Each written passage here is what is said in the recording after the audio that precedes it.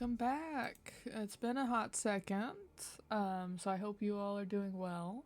To jump right into it, achievement-wise, since you all have been gone, I finally was able to get this one, where you have 6 blessings or less in Beat Simulated Universe, which is very annoying to get that one, but I've been trying for a hot minute. So that's the only achievement, really. We do not have enough for any polls yet. But here's the current banner. We got Boot Hill, everybody's favorite cyborg cowboy, and some interesting ones here. I think I have Pela and Hook at E6. I don't have Luca at E6. And then Fushuen is also up.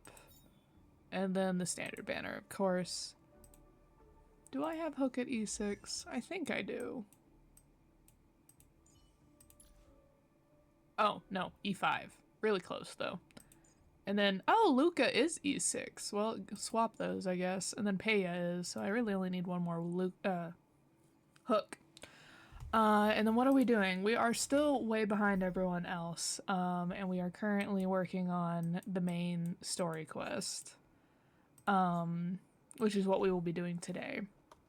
And then if we have time for it, we will also be working on these 2 events. This one is one that will not be going over once the time is up, and then this one is. But they both end in 2 weeks, so limited time to get those done. So yeah. And then, as you can see, I've been at this Calyx for a hot minute, because I am trying to build up a bunch of stuff for when I get Harmony Trailblazer. I can just instantly, like, invest a ton of points into them. So let's see. It looks like we're in Robin's point of view currently. And I've heard some people talking about that this typewriter is Elio's, the Destiny's slave. So that's interesting. And it's time for some rest. Assist the guest. Thank you for everything you've done. I'll be waiting here. Isn't this so weird to, like, conceptualize being, like, a celebrity and you can see, like, your posters in places? So odd. Oh, dear. It's Mr. Sunday. Hey, come over here. Oh, Mr. Sunday. Hey there. Okay, see the moon in the sky? It's about the size of the cap on my Soul Glad bottle. If I just reached out my hand, I could grab the moon, couldn't I? The moon? You mean the Grand Theater? Yeah. Look at me. I've been away from home for too long. I must be missing that moon. But it's no big deal. The Grand Theater here looks much better than the moon back home. It's just magnificent. They told me not to sell everything I had just to come to Penacony. How short-sighted. Selling everything you had? Why would you go to such lengths? Why? Can't you see? Life back home is miserable. It's not really living at all. It's better to be here at Penacony. No pain, no worries about tomorrow, just sweet dreams. You can do whatever you want. That's what I call living. Yeah, now this is the life. Is this truly living? We're back at that dichotomy of, like, these 2 going on, like, how they view things, where Robin is questioning it, and she's like, a harder life is more worth like living, and then while then Sunday is more of the cautious approach of, like, well, even it, like, if you can have a comfortable life, it's better than like failing. And then let's let's see. So we keep seeing this dynamic like over and over again.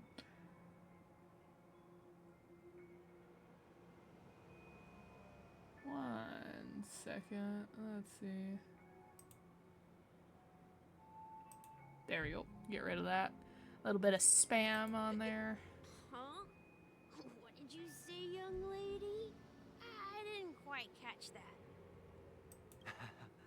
Oh, it's nothing, sir. You see, the traffic on Glock's Avenue can be dangerous. How about I ask a Bloodhound family member to escort you to Ideen Park over there, so you can continue enjoying your sweet dream? Oh, yeah, that's a great idea. Wow, no wonder you were the leader of this sweet dream. You're totally a lifesaver. See you around, Mr. Sunday, and it was nice chatting with you.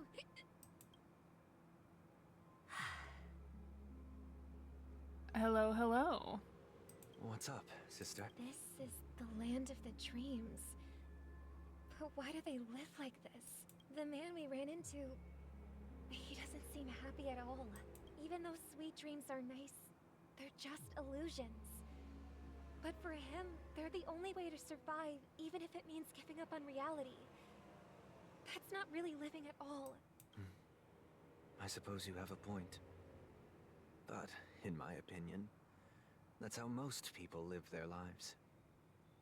I mean, both of them have points from their points of view because, like, Sunday, like, a lot of people, I am doing well. A lot of people kind of live in, like, they have to live in almost a daydream state because if they stop living in that way, the hope is gone, you know? And then life becomes much harder. And so that's kind of what's being shown here is that, like, these people have essentially given up hope on their normal life, and so they're trying to, like, the grass is greener on the other side. If I just ignore what's going on and I live in this daydream where life is so much easier, where life is so much better, then I'm not going to be in as much pain. And so, like, both of their points of view are, like, realistic points of view, but we'll see how this turns out. But yes, I am doing pretty well so far. It's raining where I am, so I get to hear the nice, like, tone of it raining outside. Just hoping my internet doesn't go out. It's the only thing. Why do you say that? You think that man is not actually living, but that's not quite accurate. Even without Penacony, people create their own illusions called self-value. Also, I just thought of something. When you do the side quests with Clocky, there are multiple people that it's been proven that have, like, died while they're in the dreamscape. And so their, like, souls or their remnants of their memory are still in the dreamscape. That's their only, like, way of living. Because if they can't, like, leave the dreamscape. So there comes, like, some issues with, like, oh, you shouldn't give up on the illusion. But, like, there are, like, actual dead people in the dreamscape that, like, they're only still alive because the dreamscape continues to exist. So, like, I know that we're having our moral conundrum between these two of, like, both sides of the same coin seeing the world. At the same time, there are, like, actual dead people that are still alive in Penacony because their brain was connected to the dreamscape when they died. Like, how does that fit into your worldview? People believe they have a predetermined value to fulfill. Gaining value means gaining power, and those deemed worthless are seen as the weak. Sunday, what happened? I swear, like, a few scenes ago, you were, like, also questioning it. You were, like, getting on Robin's side. We have the flashback that shows, like, where his original personality was coming from. And, like, prior to him being like, okay, I see that the dreamscape's been a little wonky. Like, when did this regression happen? Who did you talk to? However, value doesn't come out of thin air, and there's a limit to it. To accumulate value, people have to take from others. So, the weak get exploited and oppressed. I agree that resources are limited, but value I don't think is a limited resource personally, because like value is self-created or enhanced by other people. Like a good example of like limitless value is like when you go to a national park, right? Or no, better one, the sunset. The sunset will always occur. It is just a phenomenon that happens every single day, and every single, like, some people walk past the sunset and don't care because it's just a natural phenomenon, but then you give value to it by stopping and watching it and considering it beautiful. But the sunset will never run out. The only thing that runs out is your willingness to see the beauty in it. So I personally think value is a limitless resource, but because it's more of a concept. Same thing with hope. But in general, resources are limited, so I can see how it'd be attributed to it. Are you suggesting that this is not how things should be? Exactly. But, ironically, people don't think there's anything wrong with it, because they uphold the illusory notion of self-value, and even the weak believe in it. Like, literally what happened personality-wise between the last time we were talking to Sunday and now, it seems like he's had, like, a regression. I want to see what, like, caused this regression in thinking. Survival of the fittest. That's where all the tragedies in the world come from. People come to the sweet dream in Penacony to escape from that reality and find solace. No tragedies exist here, only happiness. Although in its nascent form. Isn't that the same paradise we yearn for in our dreams? Perhaps that man is just an exception. Let's not jump to conclusions. We should experience the dreamscape ourselves. Just as I did at Dreamflux Reef. Yes. Seeing is believing. I'll accompany you. The Dream Master hasn't shown up yet, so we have some time for a stroll. I feel like this is going to go terribly. Like, they're both gonna, like, sink further into their beliefs. I don't really know what caused Sunday's regression in thinking. Because, like, we had that cool scene where he was, like, essentially a priest for harmony in the theater. And how, he's, like, how he was conflicting with, like, pretty much his religious beliefs to determine, like, how is he supposed to enact the, like, senses of his religion, which is, like, do not prey on the weak, like, that kind of thing, while also coming into the reality of, like, how Penacony's been corrupted into a weakened form. So I'm not quite sure this is going to help Sunday get any better, but we'll see.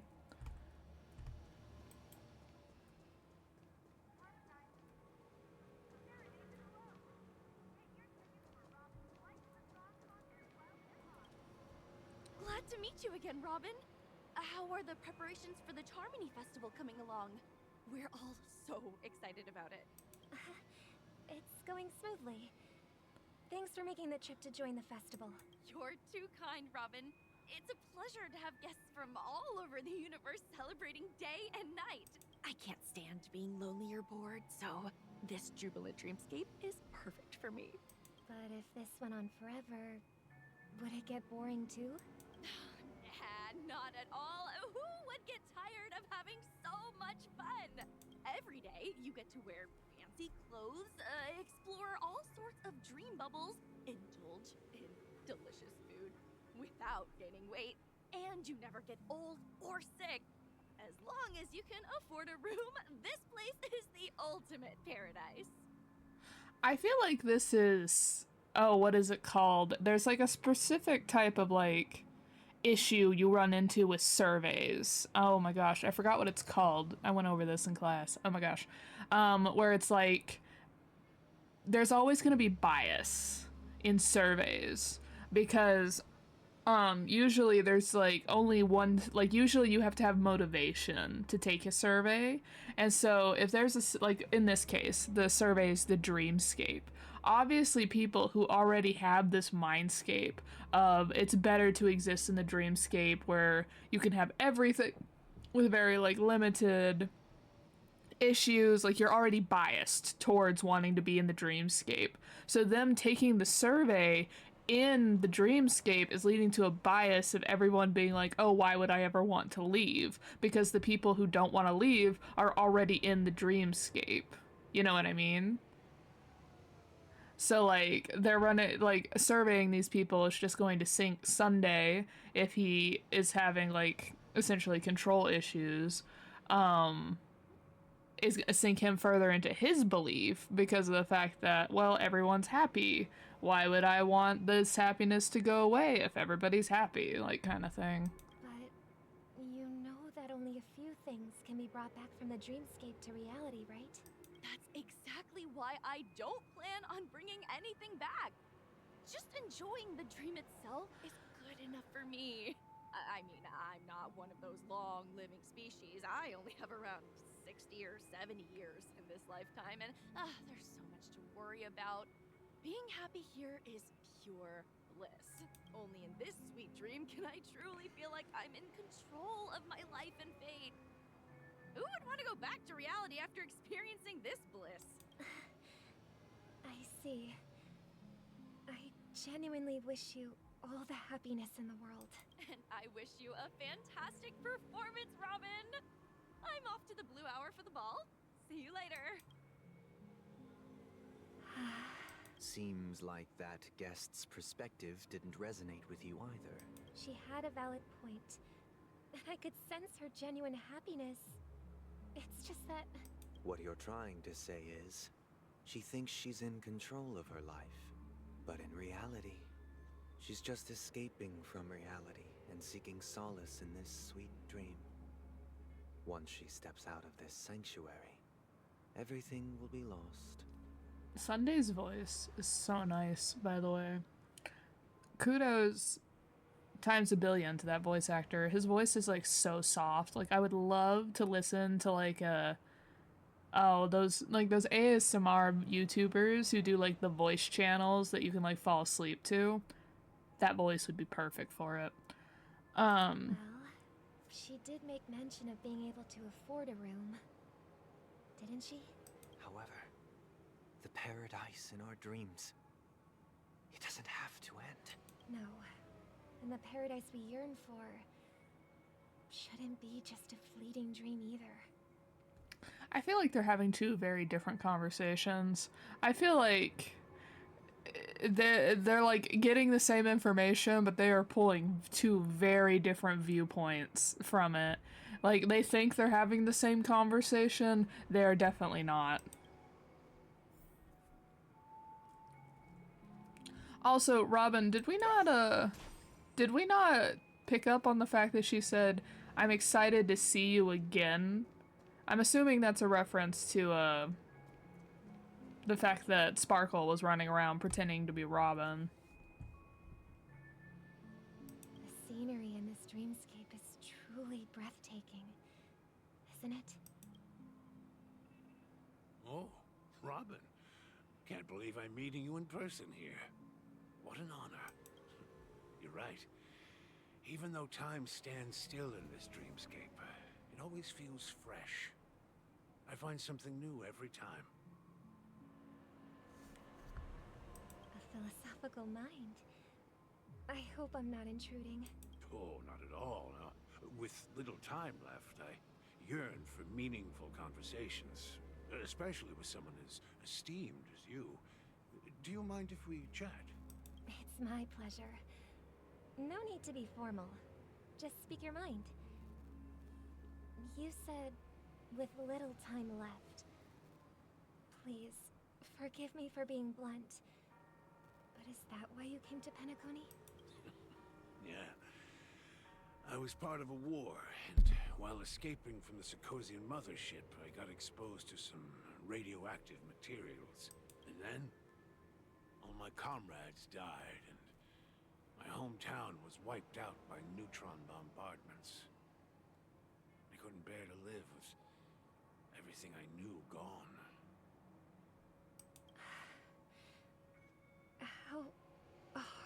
challenging. I hope the family has been able to help you. They have, and I'm truly grateful for that. They provided me with a comfortable room, the most advanced life support devices in the cosmos, and a stellar team of caregivers. My physical body is now in the dream pool, sustained by life support. The me you see here is whole, rational, and no different from any other person. But I can't say the same for the me in the hotel room.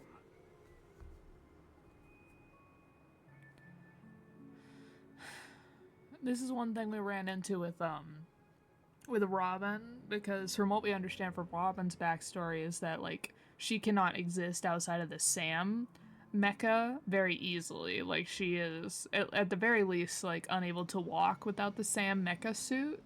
And so,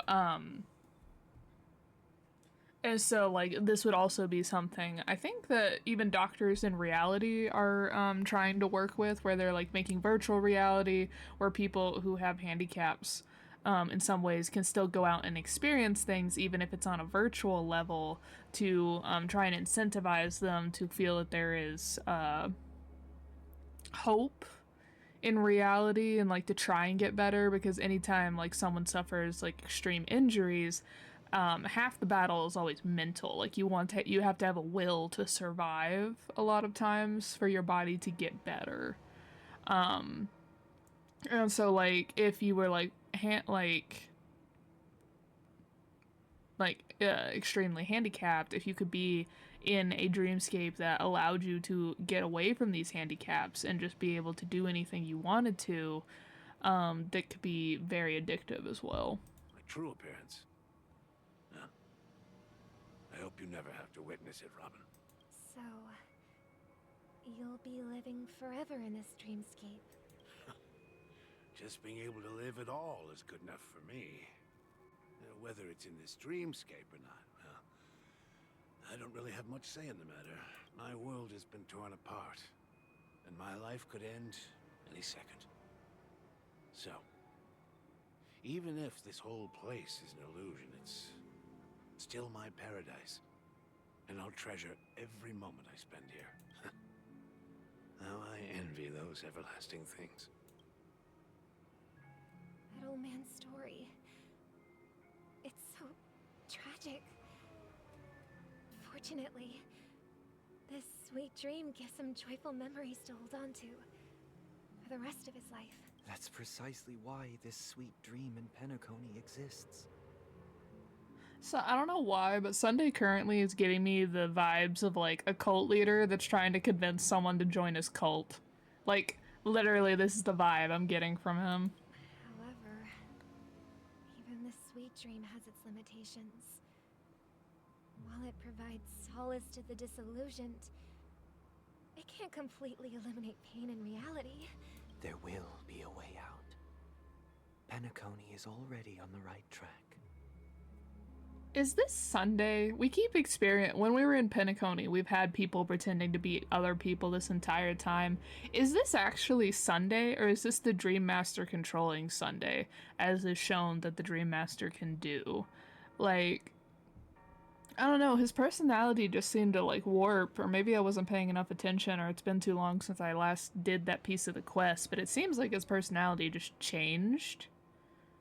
So I'm like, is this Sunday?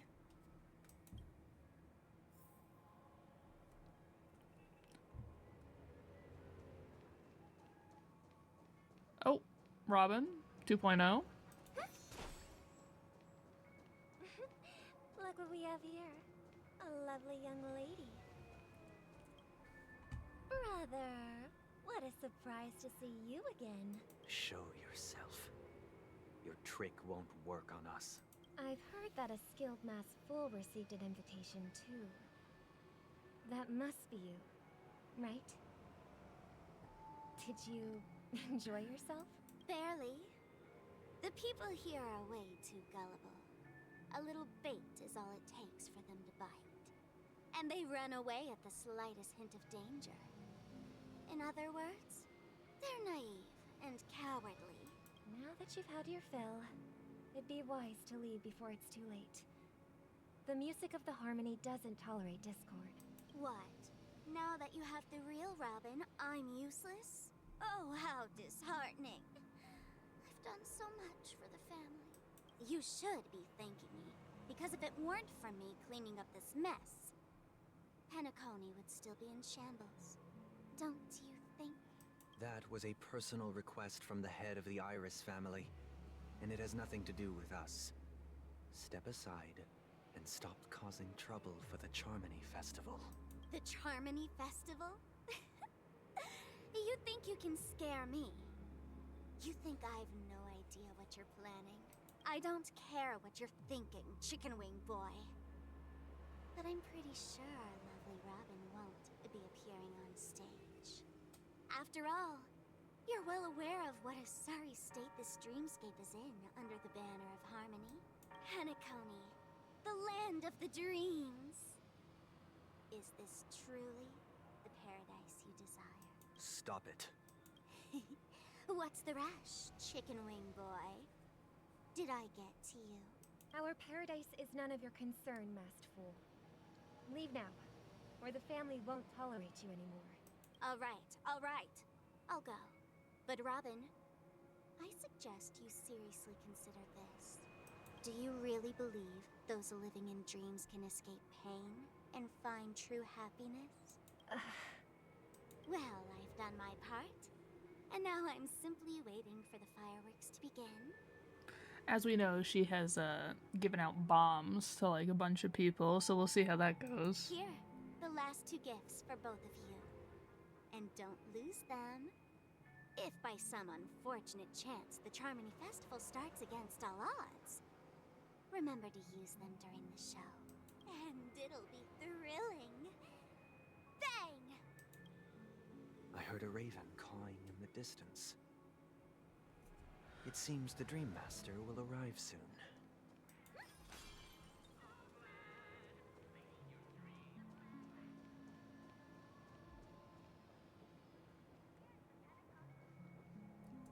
Let's wait here for the Dream Master to arrive.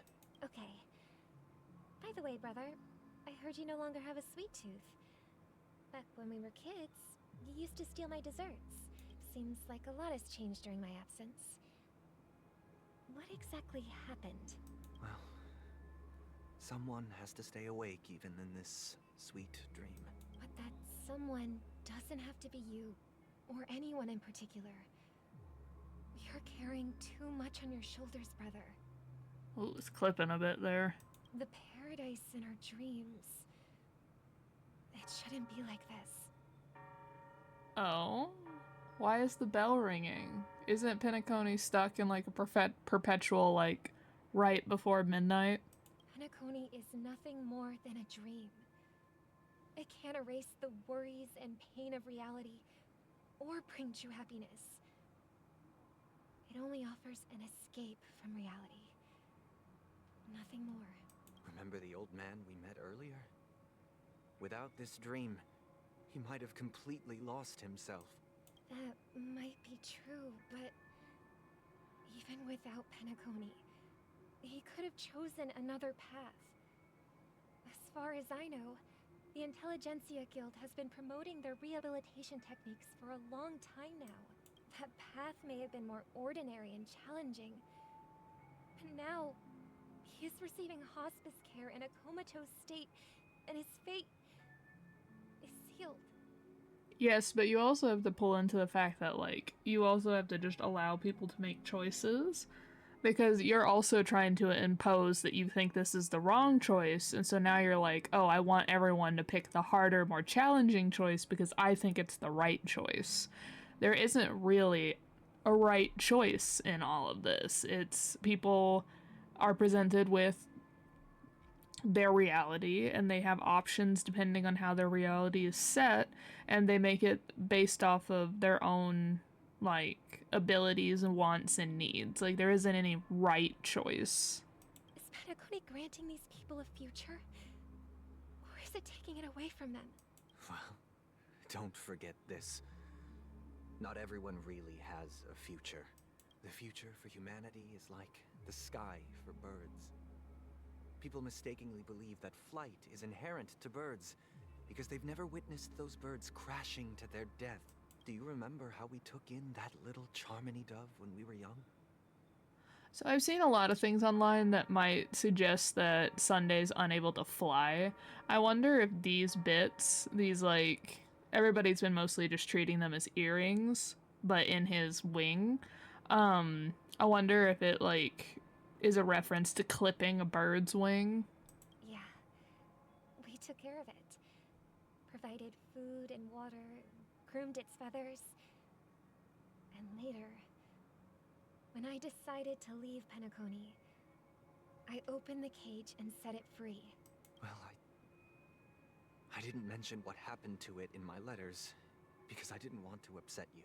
Shortly after you left, it crashed to its death right in front of your window. I had surmised as much. I knew you wouldn't have avoided mentioning the bird for no reason. Despite that unfortunate outcome, I still believe it was the right decision. Birds aren't meant to spend their lives in cages. They belong in the sky, even if they can't fly.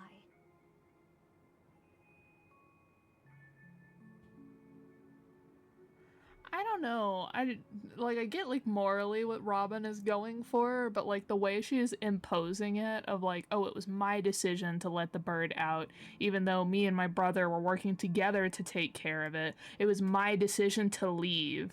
I left before I could see the end of the bird, so I guessed how it ended, but I didn't have to see it.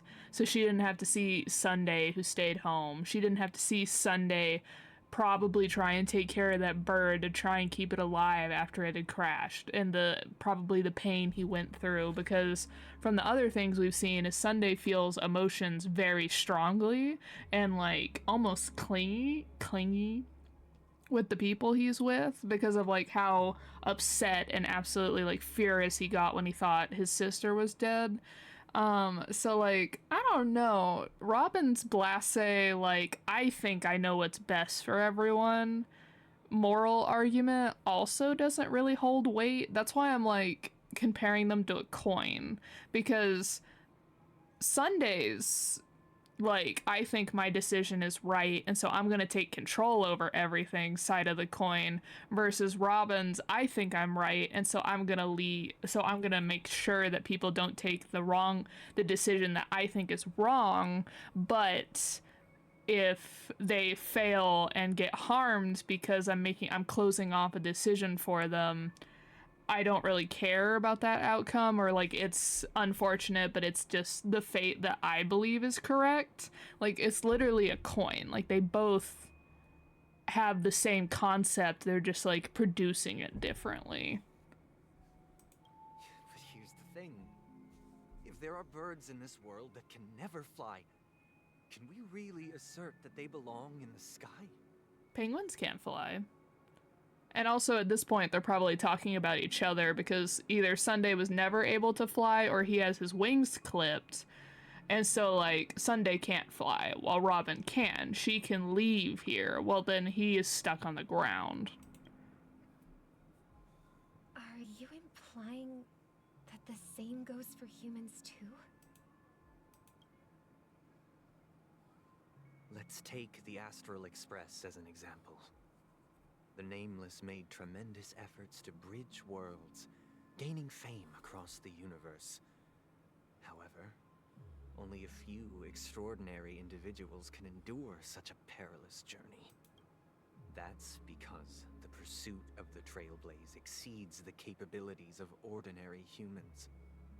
Otherwise, why would this path be filled with broken rails, an abandoned express, and even a fallen eon? That's just sophistry. If that were true, then only the powerful would have the right to determine the future. I mean, with considering how capitalism is set up nowadays, that kind of is how it is set up, is that the powerful are controlling the fate of the world and the people in it. Unfortunately, that's exactly what happens. Another name for the future is self-value. All right, chat. Who are you? Are you more aligned with Sunday mentally, or are you more aligned with Robin mentally? Because unfortunately, as shown by my rambling, I probably am closer to Sunday's way of thinking. While this world has its fair share of heroes who inspire people and garner admiration for their heroic deeds, the majority of ordinary people will never become heroes in their lifetime. This is a personality test right here. It's like, as you play this quest, who are you more thinking like, Sunday or Robin? I think this is kind of funny.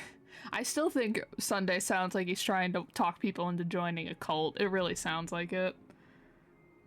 Some are born weak and vulnerable. Some find themselves trapped in unfortunate circumstances. Some fall victim to malice and cowardice. When it comes to survival, everyone is equal. And the weak can only watch as their value gets constantly diminished by external forces. That's why we should care for the weak and support them as if their suffering were our own. That's what the Odes of Harmony have always taught us. While the Harmony holds noble aspirations, the strong will always be strong, and the weak will always be weak. Even in this carefree dream. Human nature contains greatness, but it also harbors inherent weaknesses that can't be eradicated. In the end, if people can't even secure their own survival, they won't care about the illusory future of equality. As long as the law of survival of the fittest prevails, there will always be fledglings crashing to their death. But if people don't live for the future, do they merely exist for survival? If even you, my brother, don't believe that the Harmony will save the weak, then which Eon can make our dreams come true? Okay, but on the actual, like, thinking about reality note, you do only think about survival. Like, when you are, as he says, weak, like, you can substitute that word with poor or in a bad situation, you don't really have time to think about anyone else because you are constantly trying to think of how to provide your, like, basic necessities, food, water, shelter. Yes, during that time, you can have enough energy to also try and help. My entire brain died when I saw that message. See you soon. But you can, like, you can have the capacity to help others while you're in that situation, that's true, and try to help them as well. But you only have so much limited energy, and if you, like, you will eventually, like, your body will try to convince you to work for just your own survival. Like, make sure that you get that food and water you need yourself.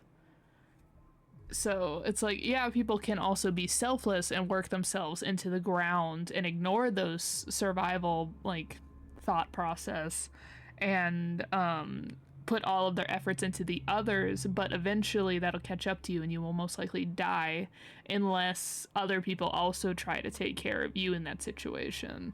So it's very complicated. People often forget that when the first bird took flight, the entire world envisioned a future where no more fledglings would ever crash to their death. Are you reading, sister? What are you reading? Mr. Gopherwood gave me a picture book. It's about the story of the harmonic strings. If I could become a chord master, I'd like to summon Dominicus, the harmonious choir. I want to sing with everyone and spread our wishes so that all can feel happiness and joy. I see. Then I would summon the harmonious choir too. Don't you have a wish of your own, brother? Of course I do. It's just that it includes your wish and everyone else's. I long for a true paradise where everyone can find peace. Then, let's build a stage there and invite everyone to our performance so that both our wishes come true through the power of the harmonious choir. It's a deal then. Yeah, it's a deal. But how can I become a chord master? Maybe you'll have to become a star first.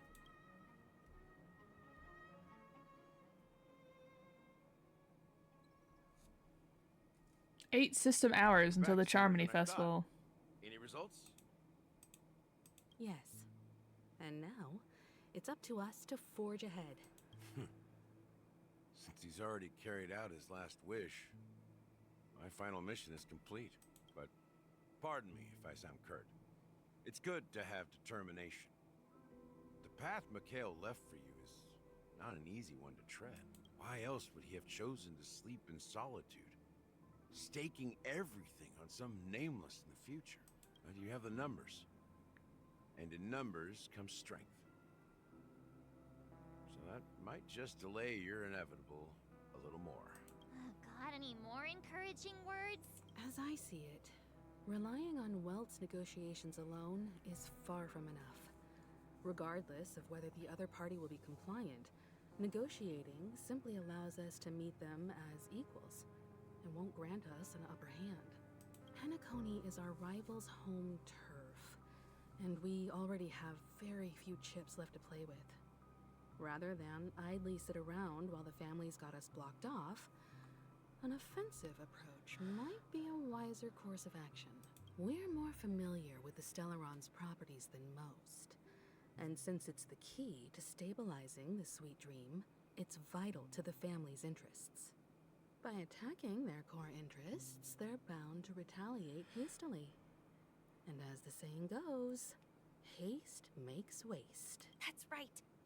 As long as we pose a threat to the Stellaron, either with words or otherwise, we have a chance at gaining the upper hand. But the problem is, on the eve of the Charmony Festival opening, how exactly are we going to get close to the theater? Family security will be airtight, and if we brute force it, even if we succeed, it's too risky. So, no one's gonna say anything? Then I'll raise my hand. I know the answer to this question.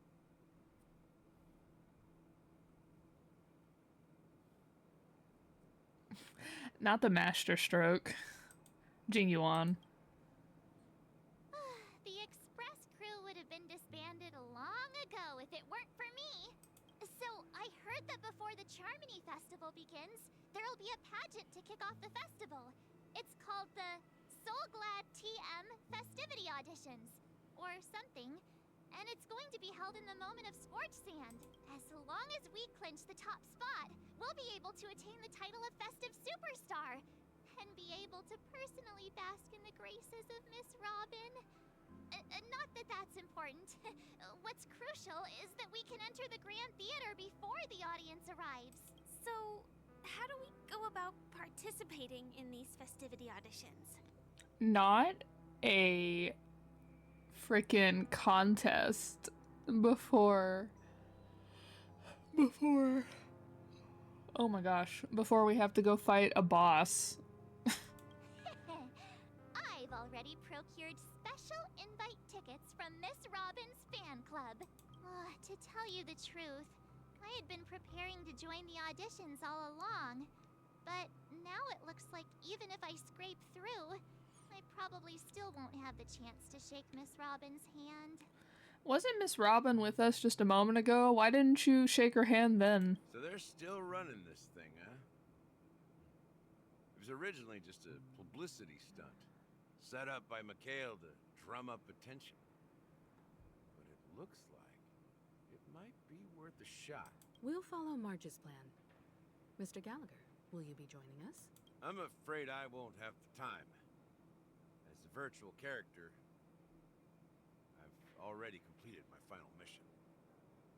Whether Penacony can awaken from this dream is all down to you. Should we ever cross paths again? I'd love for you to visit the Express. All right. I'll have to add to that data bank of yours you've got on the Express. And Miss Firefly, we thank you for all your support. We're faced with a formidable enemy. As long as the Astral Express and Stellaron Hunter's objectives are aligned, we're willing to cooperate with you. We've already come this far together. I'd like to join you for the rest of your journey on Penacony. I'm pleased that we can finally fight shoulder to shoulder. I couldn't ask for a better ending. This is also the spirit of the Trailblaze. Now, everyone, let's prepare to move out.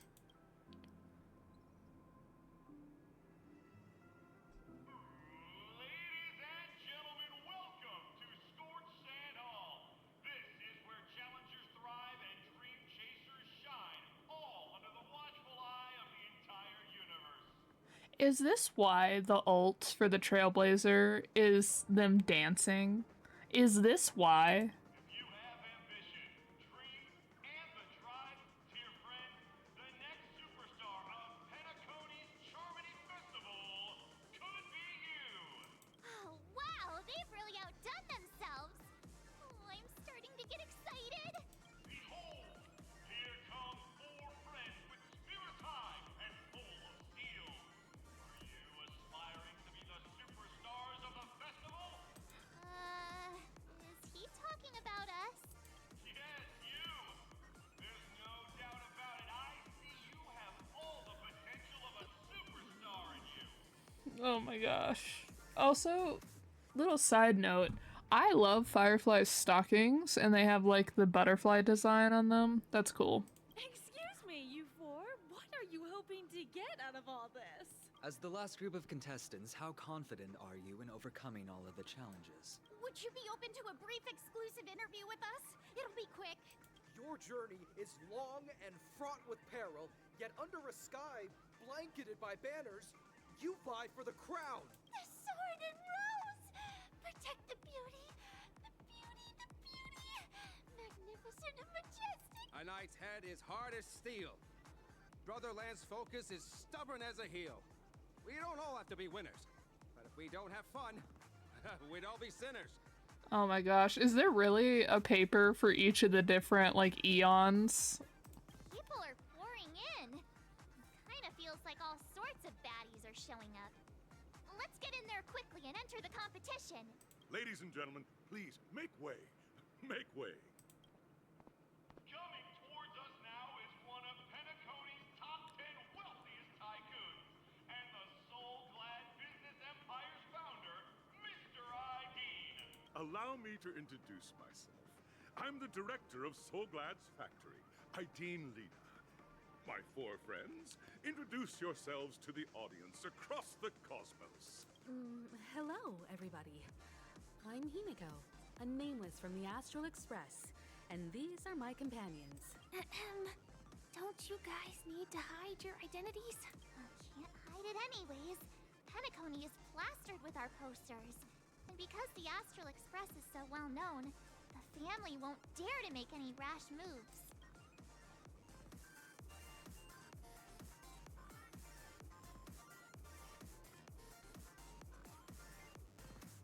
This is literally my thought right here. Is it really a good idea to have a talent show in the pivotal moment of our story? Kalis is breaking that fourth wall like, producers? I'm Kalis, she's March. Default. Hello, everyone! I'm March 7th. I'm an ordinary girl who loves adventure. Hello, everyone. I'm Firefly. I am also an ordinary girl who enjoys adventures. So it's a bunch of nameless guests. This final face-off is bound to be spectacular. Time is precious. My four friends, come with me. Grab a bottle of Soul Glad and make your dreams a blast. I am absolutely just... Oh, what's up with this guy? This one's a bit worn out. Yeah. Oh. I saw something pop up for a second. Oh! What you doing in there, bud?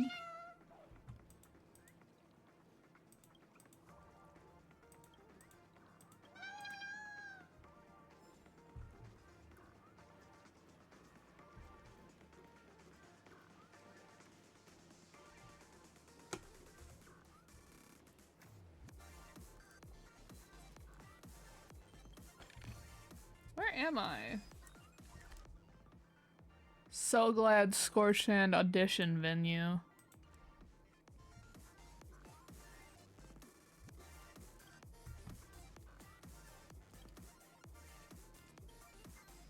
There's a piercing screech like the screams of the hyped up crowd of a row-ball match. You tremble with fear and scour your surroundings for the source of the noise. Before realizing this is a piercing 180 decibel scream is actually coming from the cranky Teletron lady before you. What are you staring at? Hang on, don't tell me you're one of those extras those losers hired. Why is it just you? Where is everyone else gone? I'm the lead. Oh, you sure talk a big game. Who picked you to be their lead? Their producer's gonna lose their shirt. Let alone the worldly positions. You slobby wretch, get backstage and find a makeup artist right now and hurry up about it. If you're not back by the next scene, you'll kiss your wages goodbye. Hey, let's be calm.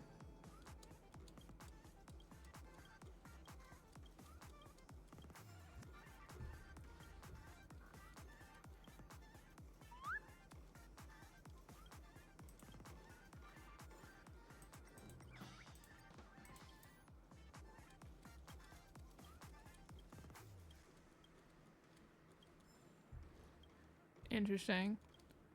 We got some 18 tokens. We'll leave her on sad.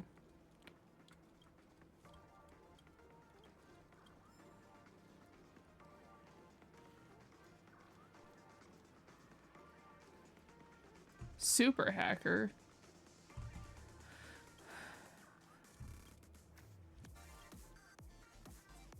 Punk Lord. We once put on an enormous offline treasure hunt that perfectly integrated adventure gaming with real-life puzzles. The design was perfect. Do you know who the winner of the great treasure hunt that day was? Seeing as you're so curious, I'll tell you. The truth is, it was none other than me, the super hacker of Punk Lord, Stoneblade. I would have thought it would be, Silverwolf.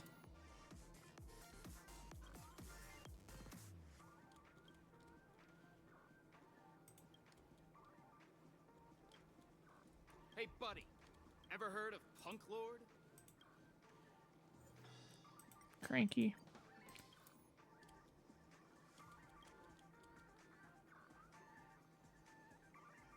More popular than a copy pasta.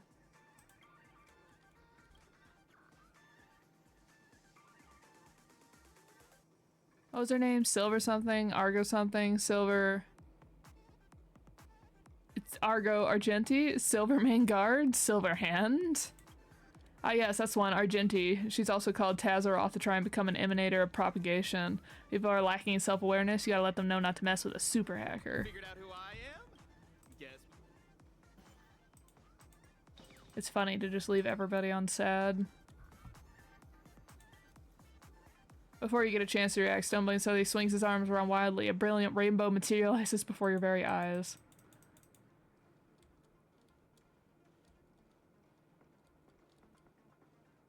They were lies. You're not mad at me, are you? It's just the lightning controller at Scorched Hand Hell. My work involves operating the equipment. I just want to be a contestant. Really? That's a little trick I came up with. Stoneblade grabs onto you and prattles a never-ending spiel about his control panel skills. You can tell what he really does have experience when it comes to this.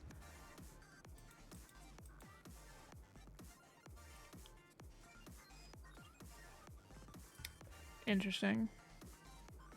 We'll go in the middle in a second. That's right. This venue is a miniature representation of that time known as the era filled with boundless possibilities.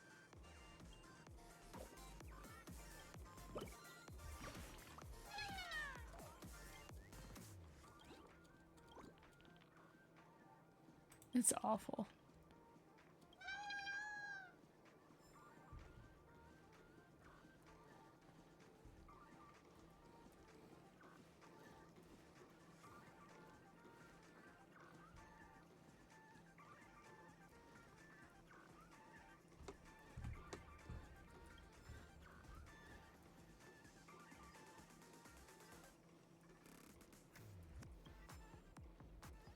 Festival starting point.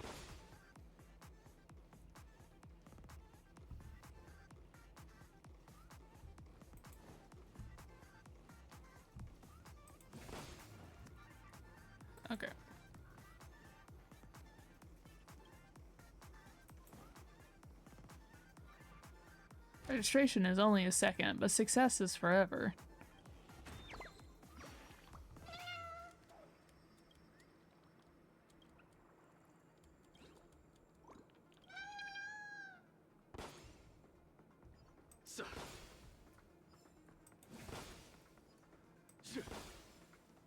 Oh wait, I have Branya specifically for this.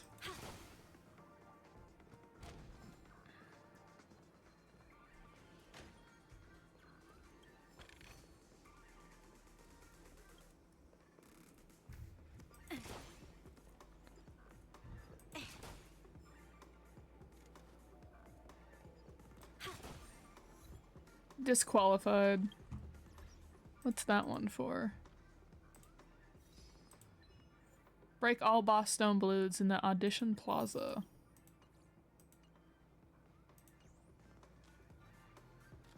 Wonder if it'll just go off if I step over here.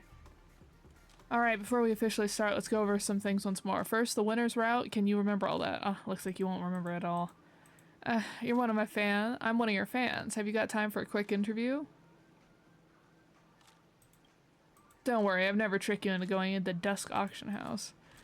Let me introduce myself real quick. I'm a reporter from the Dream Chaser Bulletin Scorched Sand Hall section. I'm putting together a piece about the new champion. That's you. Seeing as we've managed to meet up here and now, there must be some level of destiny between us, so then let's have a little chit-chat. Lady begins her interview without any further explanation in the humorous style that is freewheeling but never offensive.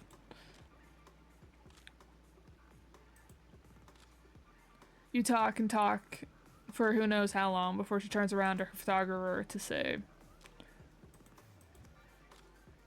you talk and talk for who knows how. Okay.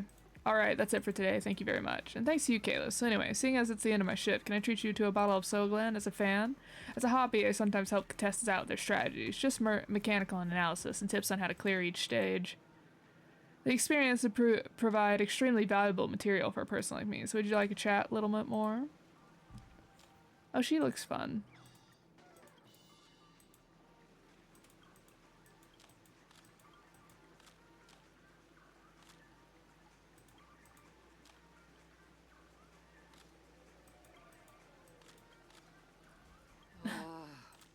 Not the dissing the people who look up strategy guides.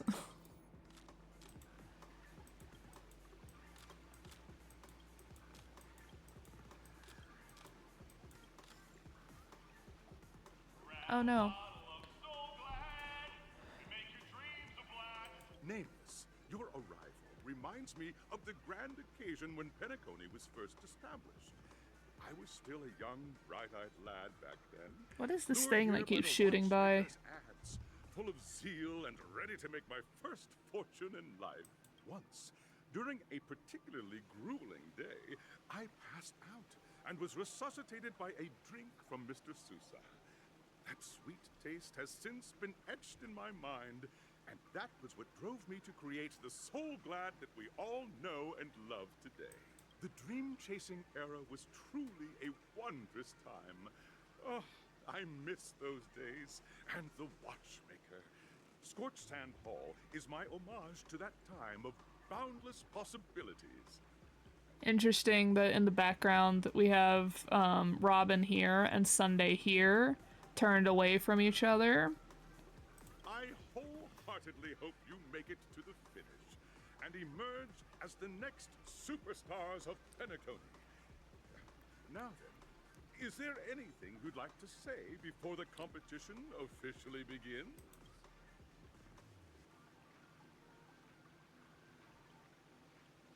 Rest assured, we're gonna take an L in this. I can feel it. Gotta be confident. That's the trailblazing spirit. How about you, Miss March? Hello, everyone! Next up, get ready for the Mega March 7th Adventure, where I'm going to break the speed run world record! Trailblazing into the uncharted and challenging the limits. That's Miss March 7th for you. How about Miss Firefly? I hope that by the end of this journey, everyone will have achieved the outcome that they hoped for. Ah, a wonderful wish! Miss Himeno, what are you expecting from your team? Safety first, everyone. Simple words, but full of warmth. Waiting for you are 3 stages, each connected to that era. The first 2 stages offer 2 distinct paths to choose from, with unique challenges on each route. And in the last stage, you will face off against a champion who has defended the title to this very day. A beloved contender whose noble virtues are unrivaled. Is it because they brought up Argenti again when we're talking to that one, like, that one person earlier? Noble virtues that are unrivaled. Is it Argenti? Is Argenti here? Because that would be so funny if it's Argenti. Those are the rules. Simple. Everyone Plus there's... clear? Now then, I hereby announce that the 33rd Scorch Sand Festival of the 20th season, sponsored by Soul Glad Enterprises, has started. Because they've, like, made a point to have, like, followers of the Eon of Beauty all throughout the thing, so it would be very funny and also, like, on point if Argenti shows up. Can I pick up things on the map first? Everyone, as the Charmony Festival is drawing closer, we must reach the end as quickly as possible. Factoring in efficiency and safety, splitting up into 2 groups is the best choice. I'm sure I will get put with Firefly. March and I haven't known Miss Firefly for too long and aren't overly familiar with her. It'd probably be better if the 2 of you paired up. Fine by me. Let's do it. All right. I don't have a problem with that. I get to pair up with Firefly and there's no catch? I'll be a shoo-in. It'll be a shoo-in with me around. Hold up, has any of you even bothered to ask me for my consent to this? We'll split into the assigned groups then. Let's not waste time. Alright, I can finally pick this up. Boss Red. Blue soda. What a bunch of arrogant fellas, already thinking about flying before their wings have even fully grown. Don't even have the discipline to practice flapping their wings. How will they even bring back more stones in the future to expand the town? Wait till I catch all you. I'll make all you train till you beg for mercy. Chirp. Oh, it's the Clocky's sturdy friend. It's the baseballer or ball batter. Not that it matters. The bird at the soda racetrack should learn from you. Don't go hiding just because things get tough, Chirp. It's the high-octane grounds where everyone in Dreamville is flying races, Chirp. Only an awesome bird like me can claim a throne atop the great tree. Forget about young Master Gold. Even Clocky or Brother Hanu could not outfly me, Chirp.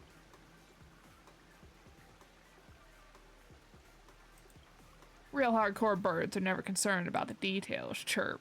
These days, newly hatched birds are getting more capricious. I tell them to practice flapping their wings a few thousand more times, but they run away as soon as they turn my head, incessantly chirping about wanting to watch the races. Ha! My hidey friend, I'm slowly getting more southern. I suddenly have a great idea. How about you go help me catch them? I'll surely hide from me if I get close, but they're not afraid of you. If you can do it, I'll present you with the title of fastest flying bird of Dreamville. Go and return those spineless fools to the Great Tree. I'll drill their lessons into them in the professor's stead.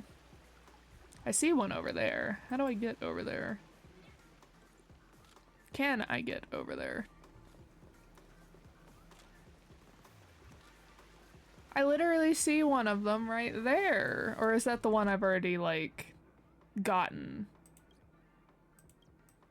Oh, I was about to be like, how do I still have 32? This area is very small.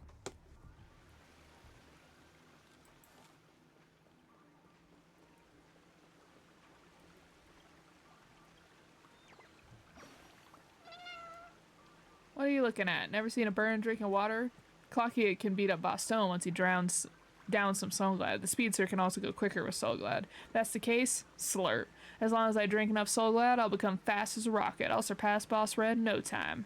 With this, the Super Bird is gonna be turbo. I don't know why I'm making them, like, very southern.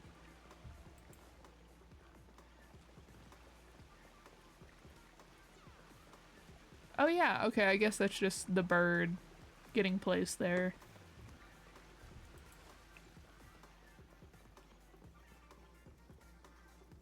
Welcome to the first stage of Soul Glad Enterprises' 33rd Scorched Sand Festival of the 20th season, Dream Play Fantasia! In this stage, you can choose between two challenges, the School of Acting or School of Action. In the School of Acting challenge, you have to complete 3 performances from 3 scripts and move the panel judges. In the School of Action challenge, you have to defeat 3 groups of enemies convincingly and reach the end. Now, make your choice. I imagine we'll have to do action because I don't think we can do acting.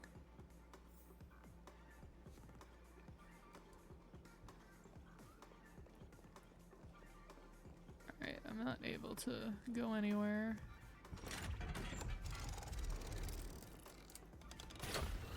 Are we in a pinball machine?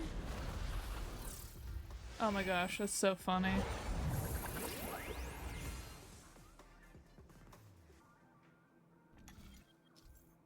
Okay, click the button on the tracks and select the challenge area to go to.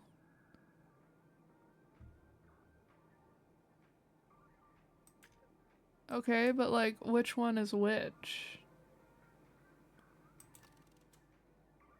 Okay, that's the action one. This is the acting.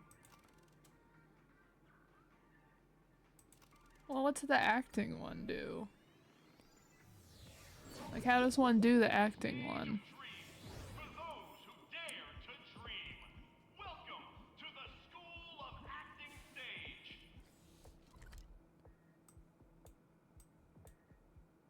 Are we getting like mini maps for each of these? Interesting. Step onto the stage and move the judges with your heartfelt performance. The next cosmic star of Penacony could be you.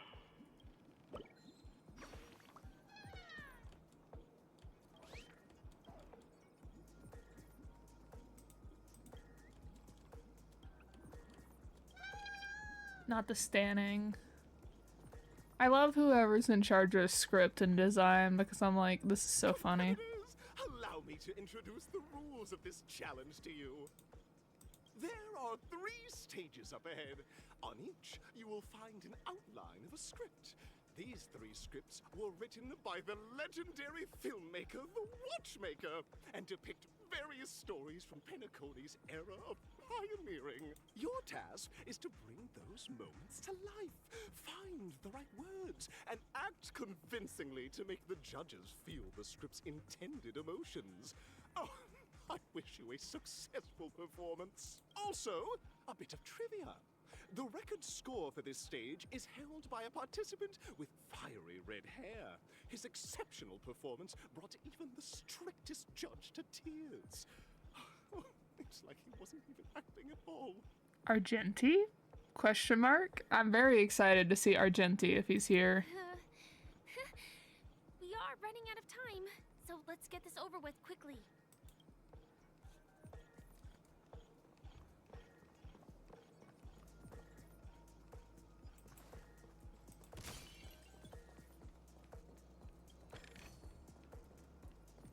I'll go on an item hunt in a minute. Or like off screen. Oh, just take a look at this pair. Such star quality. Since you've come as a pair, I'll prep a 2-person scene for you. You two. Are you ready? Ready. Envision that you both, driven by the spirit of exploration, are arriving at the land of dreams that is Penacony for the first time. But instead of lush lands, you find yourselves amidst swirling sands and desolation, far from the paradise the Watchmaker described. You're driving an old clunker through the wilderness of the dreamscape, braving the cold wind, choking on the dust, and suddenly, a fierce memory zone meme blocks your path. Now, Mr. Greyhair, what line would you deliver to express your disappointment in Penacony? What in tarnation is this hollowed hole? The Watchmaker is a big fat liar.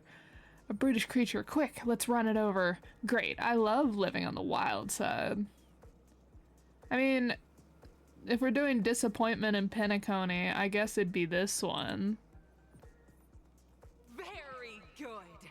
Now, though you're disappointed, your screen partner is conversely very enthusiastic. Now, young lady, you will say... This is great! I love living on the wild side! Very good, very intense! And then we cut to the story's next scene. You find a job mending the rails, but the days are long, and your endurance can't keep up, and you finally collapse in the endless expanse of desert. Suddenly, sweet rain falls from the sky, wetting your lips and rousing your spirits. Now, Mr. Greyhair, what line will best express your surprise at this moment? Wowee, Penacony, my Penacony, you truly abound with opportunities. Just let me die of thirst instead. Perhaps we were never meant to succeed.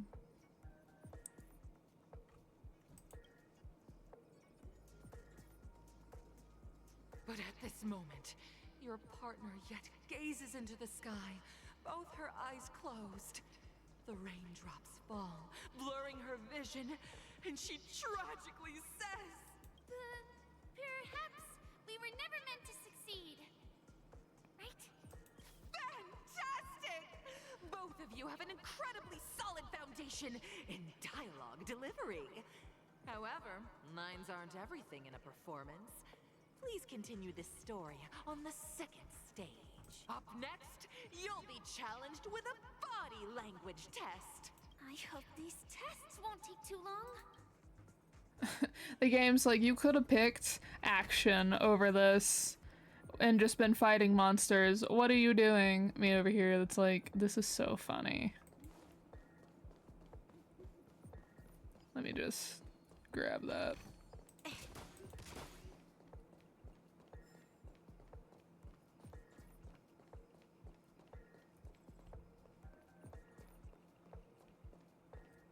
Here, you two are required to skillfully utilize body language to portray the story context I've laid out for you.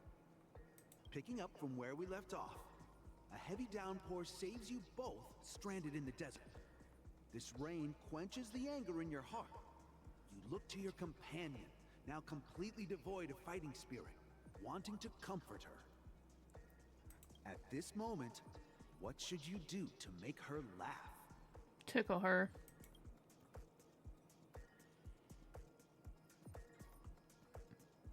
Tell a dad joke.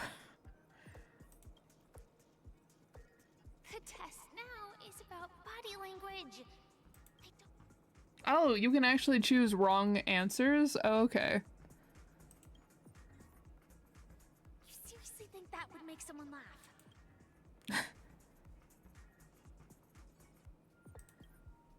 I like that they're making the trailblazer so done. Right answer. Your companion sees you rolling about in the sand and thinks about the arduous obstacles along this journey. She can't help but let loose a laugh, rekindling hope in her heart. And so this girl... I'm... gonna get back on my feet and keep moving forward. A tug at the heartstrings! The story continues to develop. The heavy rain leads you both to sense a business opportunity. So you start venturing into the umbrella industry. But just as the business begins to pick up, competitors start flooding the market with low-priced goods, squeezing your market share. You have no choice. The goods you stockpiled at high prices have to be sold at a loss. This is a pretty self-destructive move, which drives your business to the brink of bankruptcy. At this moment, what would you, who refuses to admit defeat, decide to do? Why is this here? Like, quite literally, why is this here? Like, they had the point in the thing where they're like, is this actually needed, like, in this pivotal point of the story? But, like, honestly, why is this here? Like, this is dragging so hard.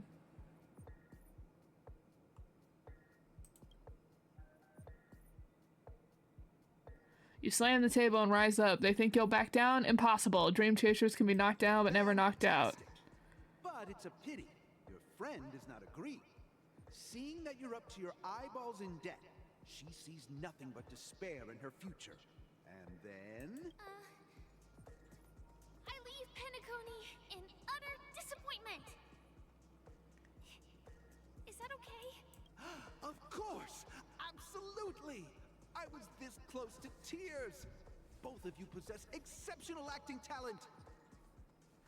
However, the true test is yet to come. You're about to encounter the harshest judge this show has ever seen. You'll need to rely on perfect performances if you want to win them over. Am I gonna really have to do this 3 times, or is this the 3 times? Like the 3 different stages? Because please tell me I'm not gonna have to do this.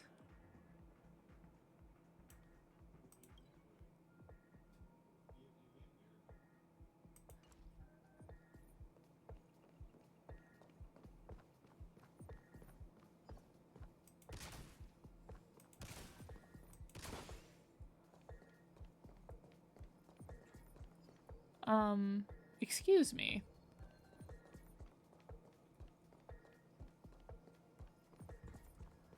Oh, I see a bird.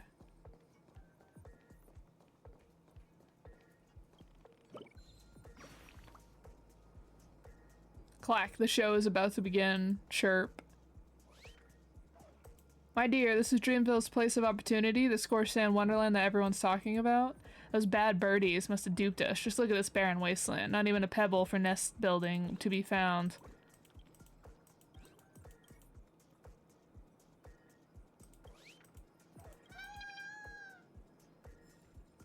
And then I can't go up there either. Okay.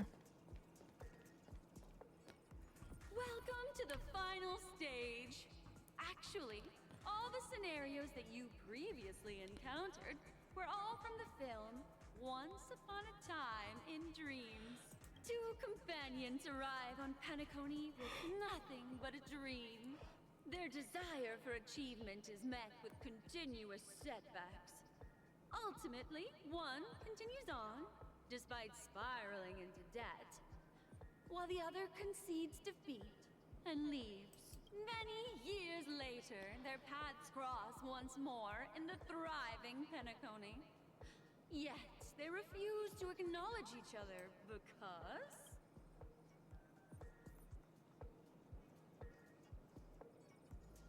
Okay, we have... I became a big shot, she ended up destitute, I fell into poverty, well she leads a normal life.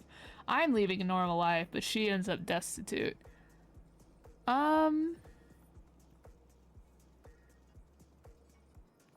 I feel like with Kalus's personality, he would prefer to be the one in poverty.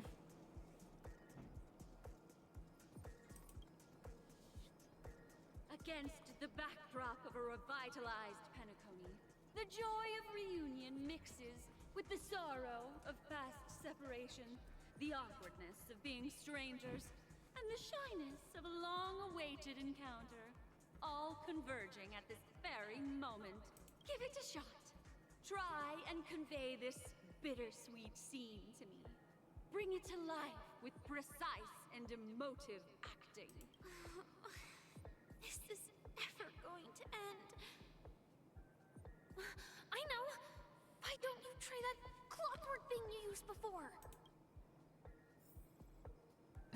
It's like, can we just skip this? Your performance is far from satisfactory.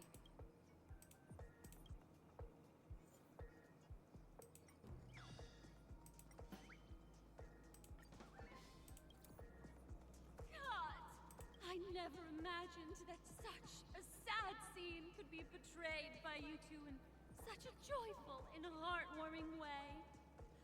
2 people sharing a long, cherished friendship, as if time and status meant nothing to them. Huh? But we haven't even done anything! Is his imagination running wild again? Brilliant! Your portrayal outdoes the original.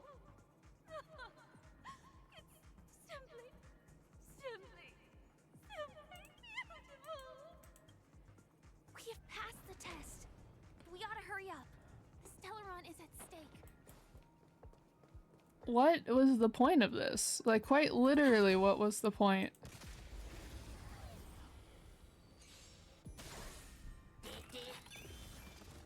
Is that all? 2 out of 5 stars. Would not do this section again. Like, please tell me we're not doing that again. Because, like, it looked like the areas had, like, 2 more sections that we have to go through.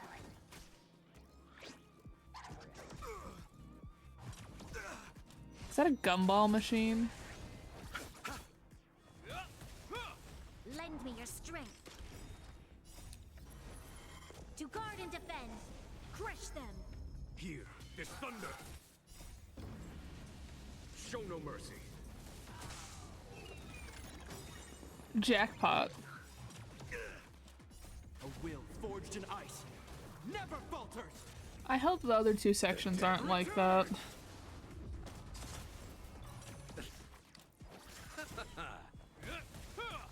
Conflict is pitiless. I was like, oh, I want to do it because it'll give some backstory on Penacony. So that even if it's a little boring, we at least get some lore, but like... Is that all?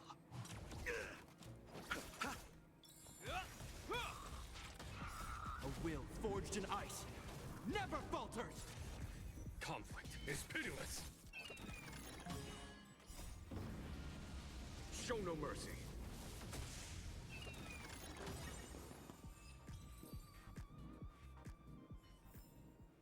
We shall take back what we lost. Make a dream jolt, true fortune seller, produce jackpot once. Okay.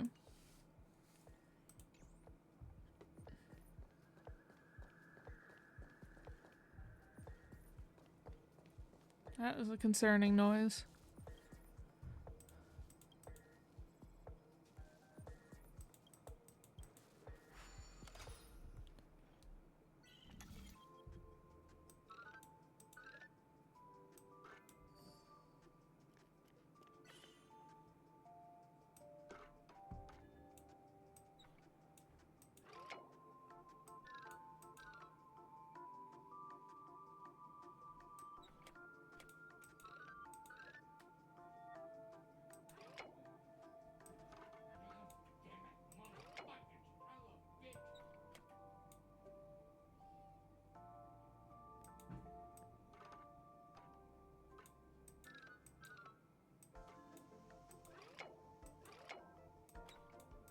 Interesting. There we go.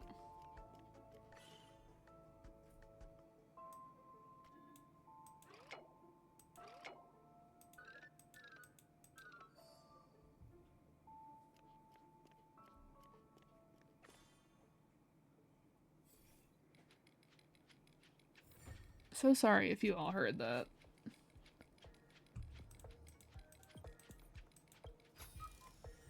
Ample supplies.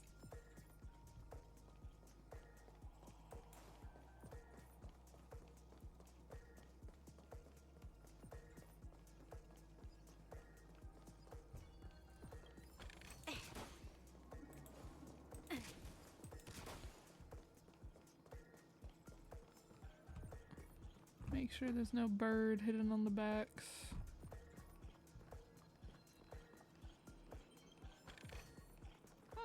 This will keep us well stocked. No business, I show business. Congrats to both of you for clearing the stage, but more importantly, are you having fun? Fun is more important than success.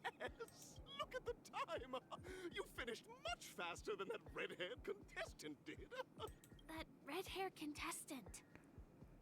Who is that exactly? You'll find out eventually, but only if you clear the next test first. Welcome to the second stage of the 33rd Scorched Sand Festival in the 20th season, sponsored by Soul Glad Enterprises. gunfire time! You have the option to choose gunfire and undergo Brother Hanu's trial, or time, where you'll face Clucky's trial. And now, make your choice!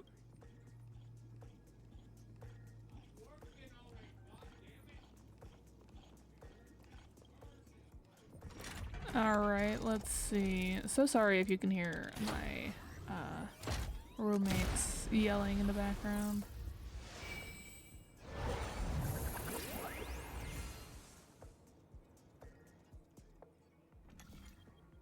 Click the button on the track and select gunfire versus... Oh, time and gunfire. Okay. I'm assuming gunfire will have to pop balloons, and then the time trial is probably more like what you see in the shoot. Where you like, oh my gosh, I cannot even think of to explain it. In Simulated Universe, where you do those action events. So what's the time trial? Plus, we've been like hanging out with Clocky all this time, so maybe this one will be easier. Friends, welcome to the wonderful world created by the Watchmaker. Awaiting up ahead is the titular character from the beloved Clocky animation, Clocky! It's said that the Watchmaker dreamed up the idea of Clocky when he was just a boy. Back then, he was merely an apprentice in a clock shop. And one night, he dreamt that all the broken clocks started sprouting arms and legs. Like a skilled pilot, he steered them towards the right path. As a classic figure who grew up with many, Clocky truly shaped a generation, solidifying the Watchmaker's pivotal role in popular culture. Contestants, may you have a wonderful time with Clocky. Oh, it's probably this. I hope it won't waste too much of our time. Oh, that's probably a space anchor.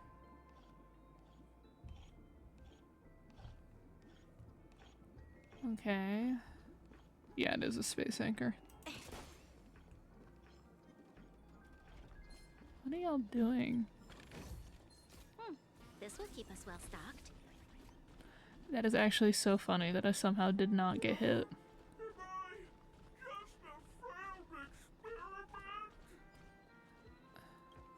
That statue. Did it just speak? It might have. Let me just scope out real fast. Okay, big treasure chest there. We'll come back to that. I was about to be like, did I get it?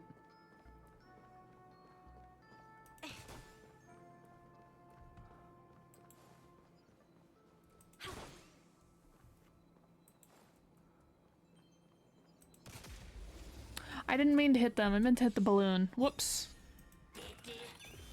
You chose the wrong enemy. The dead return!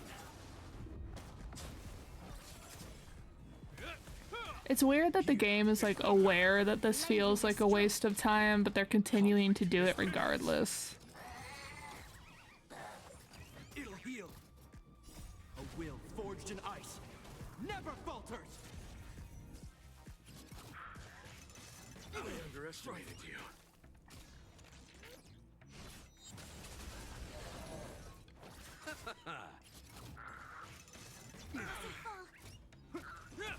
Here, this thunder.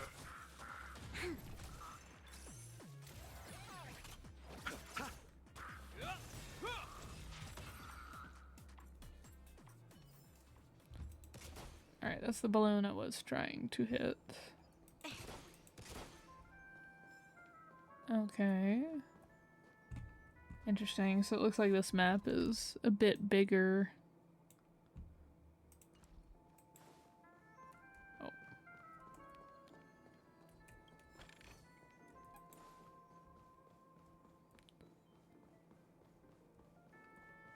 Oh.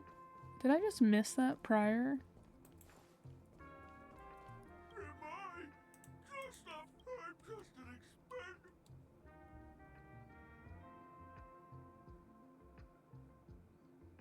Don't be naive, buddy. Failure isn't a sickness. It's a sin.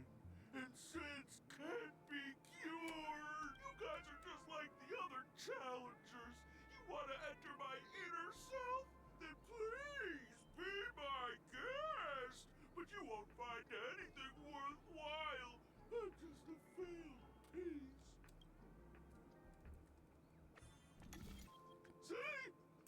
Tick-tock!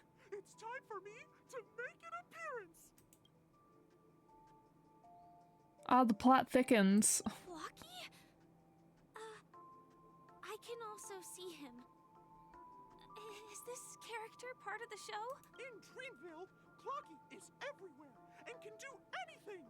Like, right now, I could solve this problem with your big ticker pal, Tick-tock! I can't believe it's actually Clocky! Why would you come and visit a failure of a clock like me for no reason? You see, we're all clocks. We're family. I want to help you be happy! Tell your pal Clocky what's troubling you. I came across a startling revelation yesterday. Apparently, Dreamscape Ticker isn't the same as Clocky at all. It's just a discarded prototype from Clocky's early development.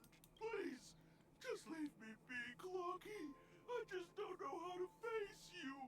Because I'm just a failure. Oh dear. Seeing it like this is utterly heart-wrenching. But fear not. We're here to help it rediscover the missing parts of its inner self and guide it out of despair.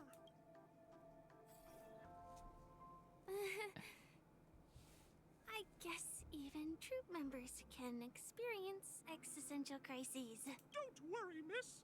I've already pinpointed its missing parts. Over here, my friends. Better use that hamster ball night speed.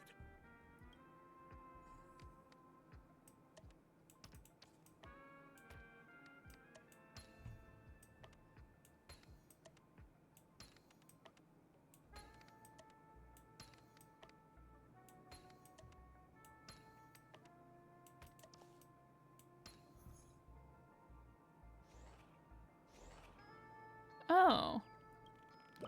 Interesting.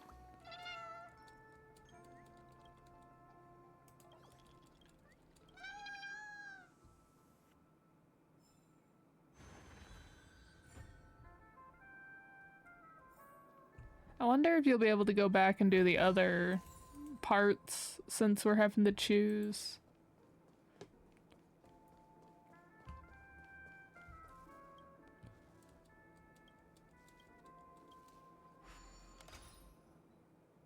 I thought we were gonna have to use the blocks we've gotten.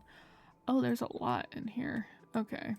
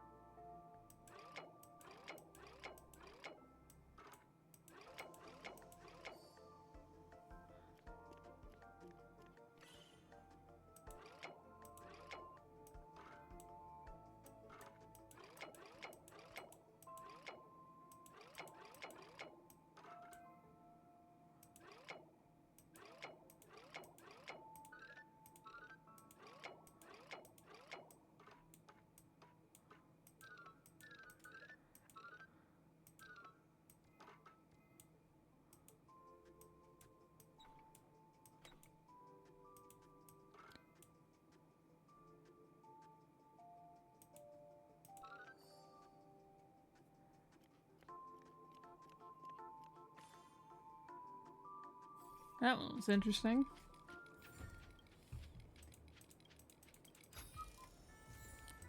Yeah, I thought all these eerie blocks we might have to use on the big ticker, but I guess not. Because like some people might not have been doing those during the game, so I guess they're like, we can't make those like a pivotal part of the... This must be one of the missing parts that Big Ticker needs. That's we're here.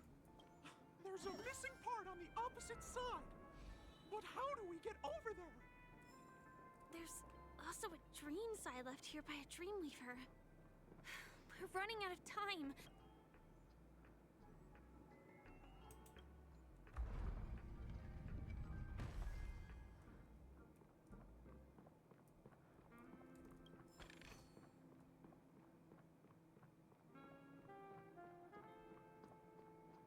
don't know why this gives me very, like...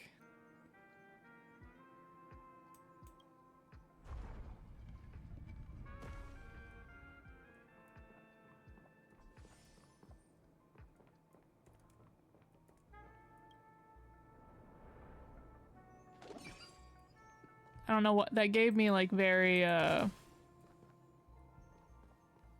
my gosh. Persona 5. That's what that gave me. Let's see. Oh darn, I couldn't sneak past it. Oh, this.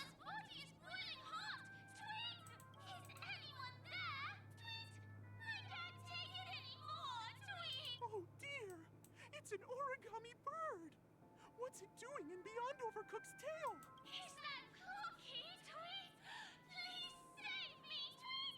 I'm being roasted alive, Tweet! A roasted bird? Oh! This is horrible! Let's save it, quickly!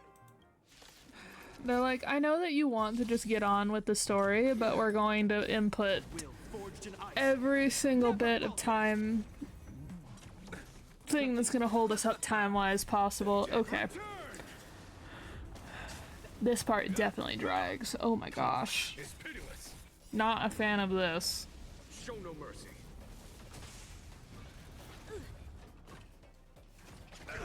Trifling. Lend me your strength. To guard and defend. Crush them. Here, this thunder.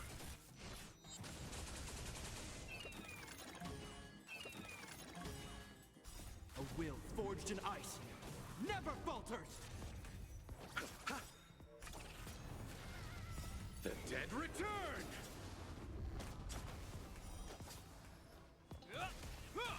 Conflict is pitiless. Show no mercy.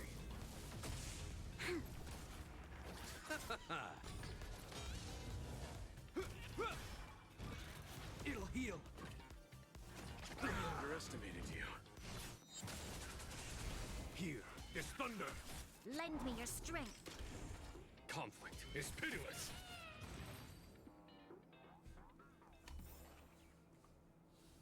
Well, that's interesting. It didn't immediately burst into flames. Thank you, guys. Tweet! I feel I'm about 70% cooked, Tweet! Thank goodness you're okay! But why did you burrow yourself into that fella's tail? Because that fella stole one of Mr. Big Ticker's pots, Tweet! I wanted to help retrieve it, but I accidentally got myself stuck in the oven, Tweet! Go ahead and get it, but be careful, it's hot, Tweet! An inner self fragment belonging to the Sweet Dreams troupe? This is just too surreal. Okay, I can't go that way. What about this way?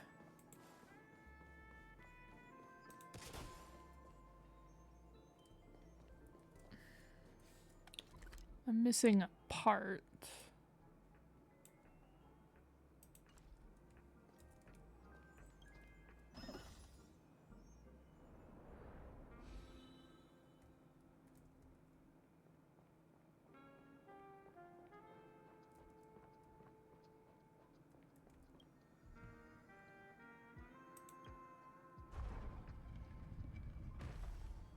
Oh, that does not look correct at all. Oop, don't walk off the map.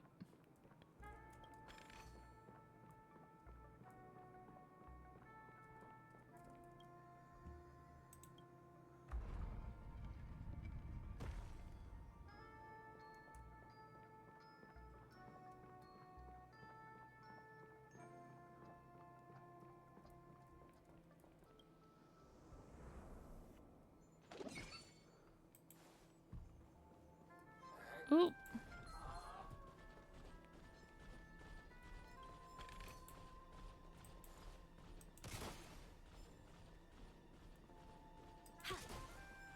Trying to avoid. We've gathered all the missing parts. Let's hurry back. We don't want to keep Big Ticker waiting.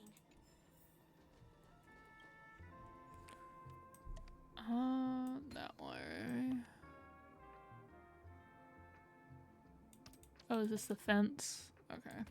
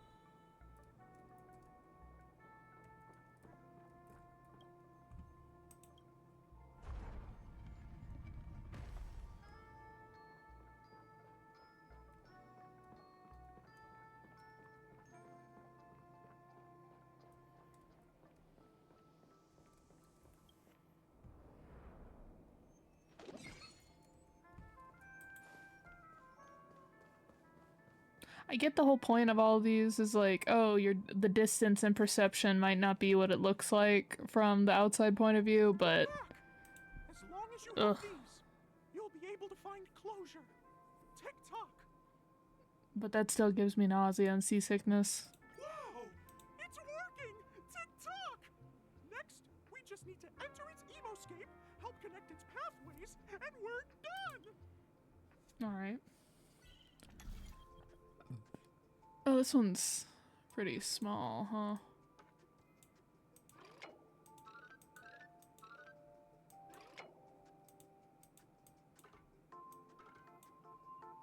What? These are separate. Oh, interesting.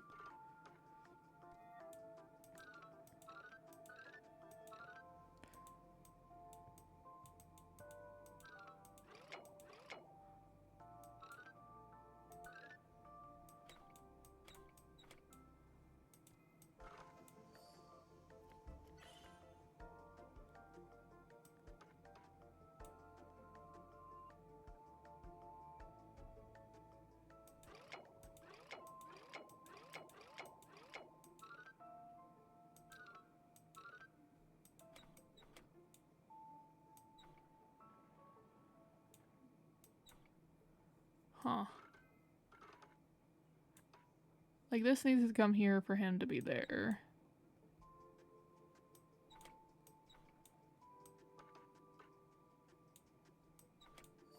There we go. Oh, dear! What's going on in here? Your inner self is a mess! I'm not qualified to be the real Clocky. Just give up, Clocky. No! This is unacceptable! You have to face your fears!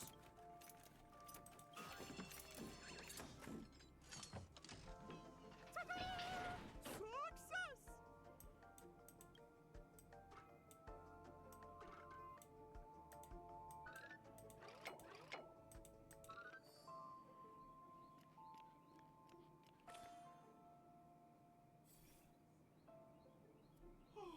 Thank you, Clocky.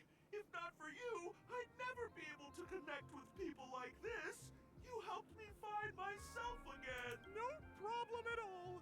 As the guardian of Dreamville, it's what I'm here for. Tick-tock! Oh, my friends, you still have other important things to do, right? Go forth, my friends. When the moment comes, all the dream tickers and I will cheer for you. It's all done! Victory's in sight. Let's head to the final stage. Okay. That was something. Congratulations to both of you! Oh, you've overcome all obstacles and proven yourselves.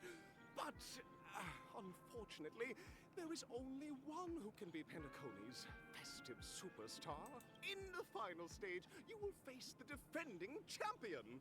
If you fail, you will lose the opportunity to become the festive superstar.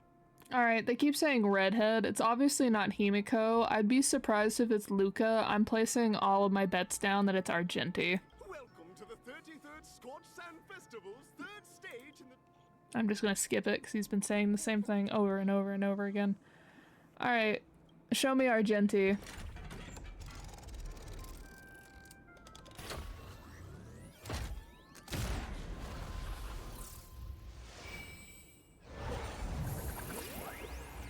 Please tell me this is not how we get our harmony powers, is fighting Argenti or whoever's the final boss. Alright, so we either got Arena 2 or Arena 1. Arena 1? I don't know.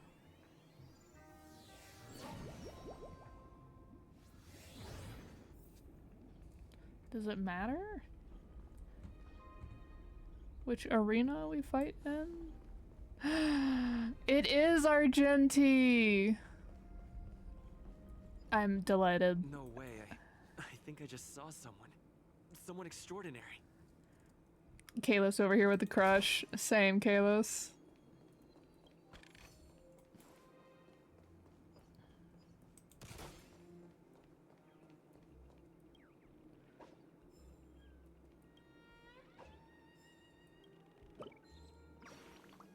Not the romantic violin music appearing.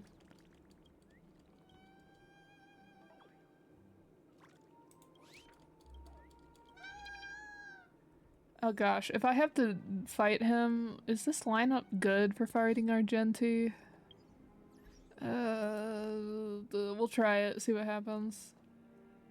Oh my gosh, Argenti! Handsome gentleman, beautiful miss. By the glorious light of beauty, I never thought I'd see you again in such turbulent times. Your kind faces are the spring's gentle breeze, bringing solace to my scorched heart. What? We don't get, or he doesn't get speaking lines? Oh, sad. I would have loved for Argenti's voice actor to be doing this. Oh, I'm so sad. Are you a knight of beauty?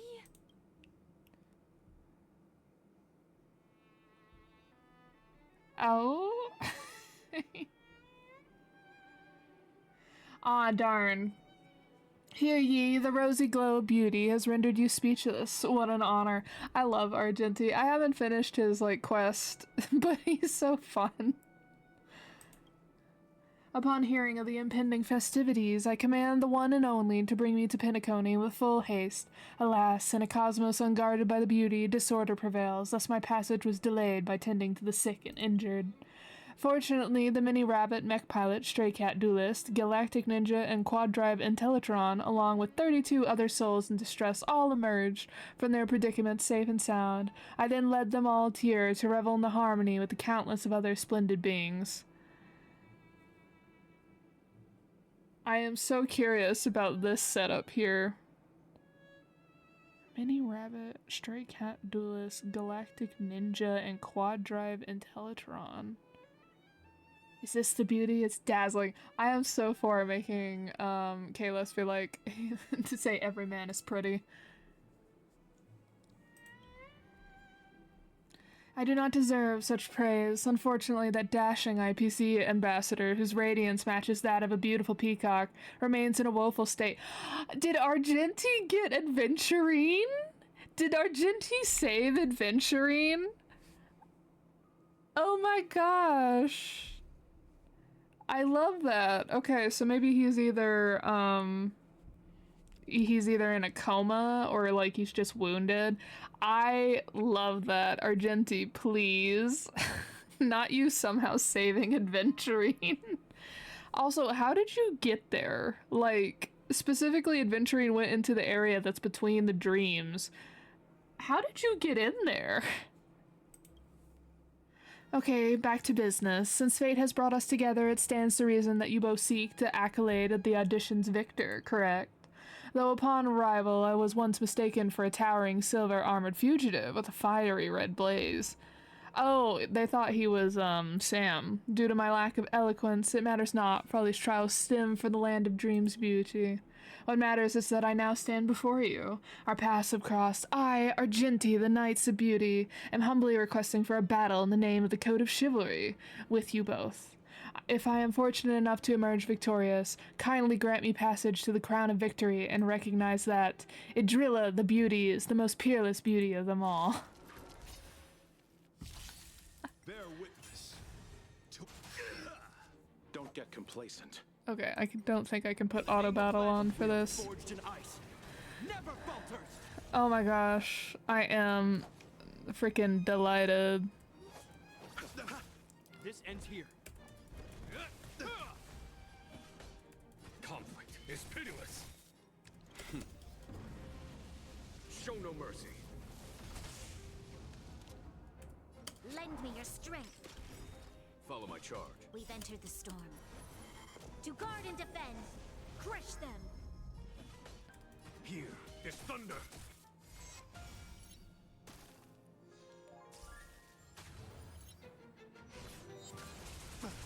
Let the duel commence. Put forth all your might.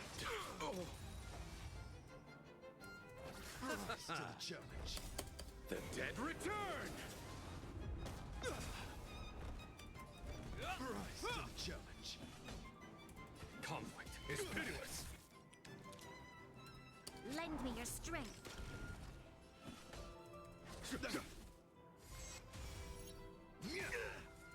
In the name of Len, a will forged in ice. Never falters.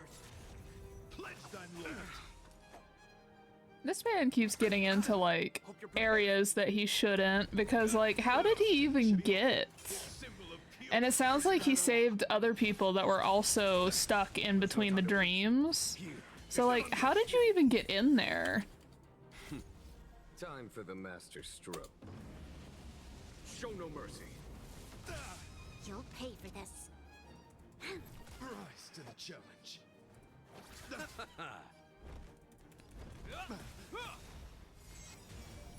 In the name of Len, a will forged in ice. Never falters. This battle is unavoidable. Lend me your strength. Conflict is pitiless. You are fighting a gentleman. Confess. It'll heal.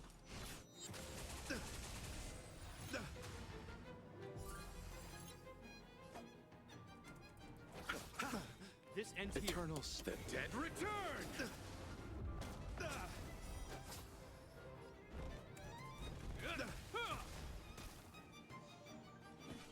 I love his background music, the violin, it's so nice. Lend me your strength. We've entered the storm. Honestly, I don't know if I want to, like, pull for Boot Hill or if I just want to save it for Argenti, because I've heard that he's gonna come back in the, in one of the, for his, like, first rerun.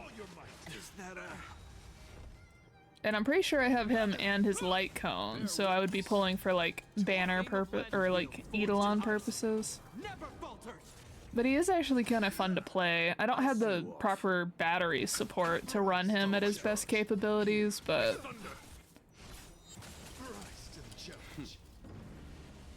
Show no mercy.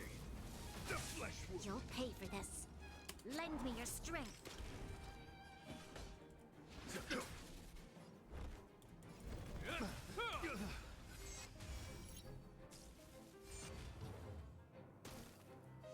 Let's settle this. Rise to the challenge. Let the duel commence. Put forth all your might. Is that it? Hope you're prepared. Behold, this symbol of pure. You are fighting a gentleman. Eternal sleep. The dead return. Conflict is pitiless. This battle is unavoidable. Lend me your strength. Here is thunder.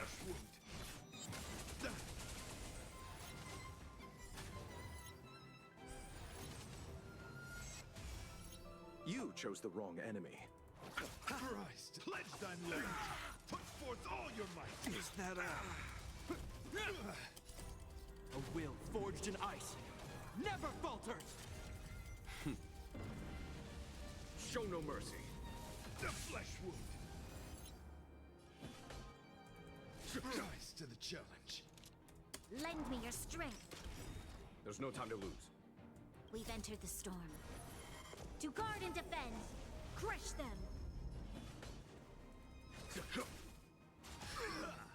Put forth all your might. Rise to the challenge. Eternal The dead return!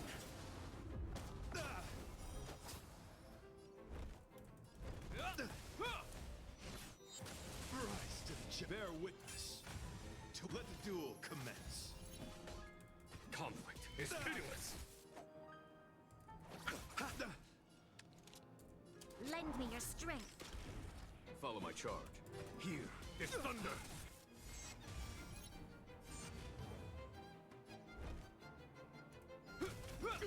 Confess. Strike forth all your might. Is that I underestimated Name of you? a will forged in ice never falters! Trying to get that shield up. Show no mercy.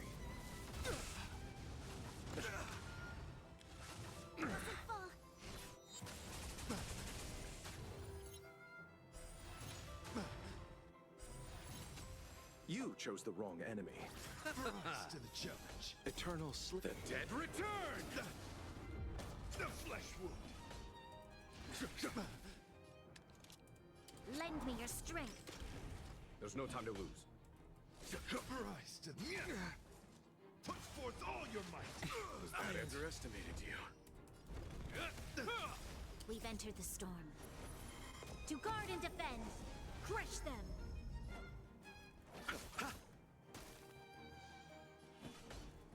Rise to the challenge. A will forged in ice never falters! We're getting there. Lend me your strength. I'll see you off. Behold, this symbol of pure. And that's why I did not use his AoE right then, because I'm like, oh, for sure he's gonna pull out some more of these guys. This ends here.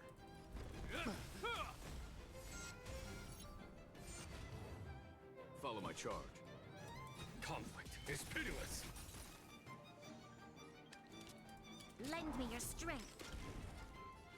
Here is thunder. You chose the wrong enemy. Eternal The dead return! Here, strike confess. Receive divinity. 1,000 thanks. Put forth all your might. Oh.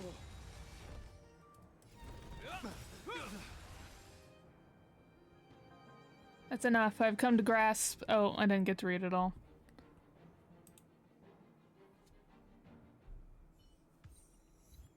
The ultimate is eternal sincerity. Beautiful, beautiful, truly a captivating contest. It is through you that I realize to uphold the honor of Adrilla, I must further hone my skills. What a beautiful lesson indeed. Go forth, my dear friend, beautiful miss. The auditions crowd is yours to claim. I shall remain here, gazing from afar as you bask in the limelight, joining the audience and offering you the most heartfelt cheers and applause. May fate allow us to meet again, Knight of Beauty.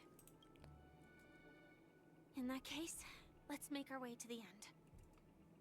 Penacony's really thronging with talent. I hope we make it in time. Go forth, the champion stage belongs to both of you. Bask in the glory you deserve. I feel like this is how we're gonna get, like, the Watchmaker's legacy, because, Gallagher was like, oh, the Watchmaker set up this competition ages ago, or whatever.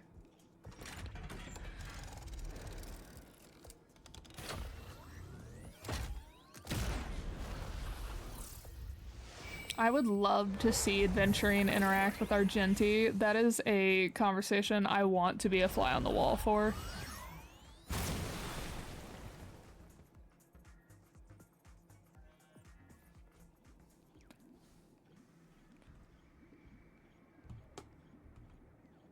I thought I heard a bird.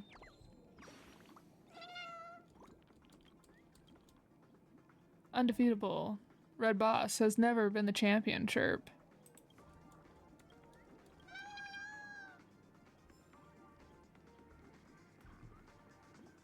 Congratulations to the Galactic Baseballer and Firefly on becoming this Scorched Sand Festival's champions! We look forward to their amazing entrance in the Charmony Festival! Oh my gosh. Not the light sticks and clapping.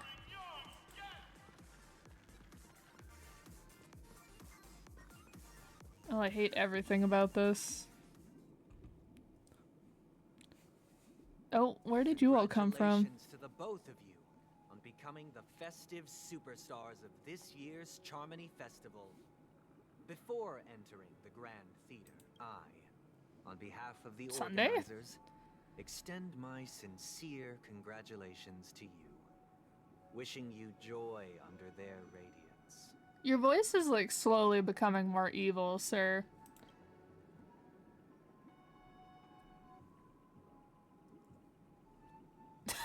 All I'm getting is sincere congratulations. Where are my stellar jade?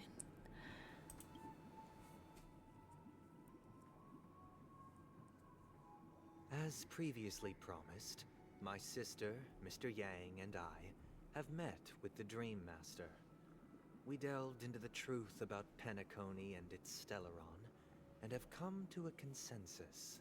Both I and the Oak family cannot acquiesce to your request. Just as expected. We acknowledge the perspective of you, Nameless. Penacony does require change, but not as you propose. The planet of festivities cannot and will not revert to a place characterized by chaos, disorder, or anarchy. Through your journey of overcoming obstacles, you must have glimpsed the essence of that era. The vulnerable ruthlessly eliminated, equality non-existent, common folk living precarious lives, eking out a dreary existence. Ultimately, only heroes like yourselves manage to achieve success. But I would dare ask, if you did not possess the special status of having a Stellaron, and you were but an anonymous and frail member among the masses, which Penacony would you prefer? A dystopia for the survival of the fittest? Or a sweet dream paradise for all?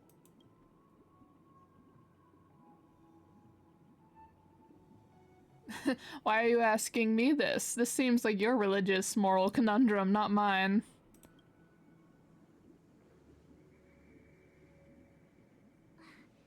That's not the point! Don't let him mislead you! Mr. Sunday, even if the members of the Oak family can't fully agree on what to do about the Stellaron, now's not exactly the time to be holding an extensive discourse about Penacony's past and future, is it? The Stellaron issue concerns the life and death of everyone on Penacony. If anyone has a better suggestion, the crew is more than willing to listen. Also, it'd be best to tell us the ins and outs of that meeting. This way, we'll at least know what Welt and Ms. Robin are dealing with, and the reason why they failed to make our appointment. Ah, Navigator. That is precisely my intention. With all present, let's begin by discussing the details of that meeting. Let's talk about our tribulations and choices, our ideals and beliefs, and our final course of action. The only path to take.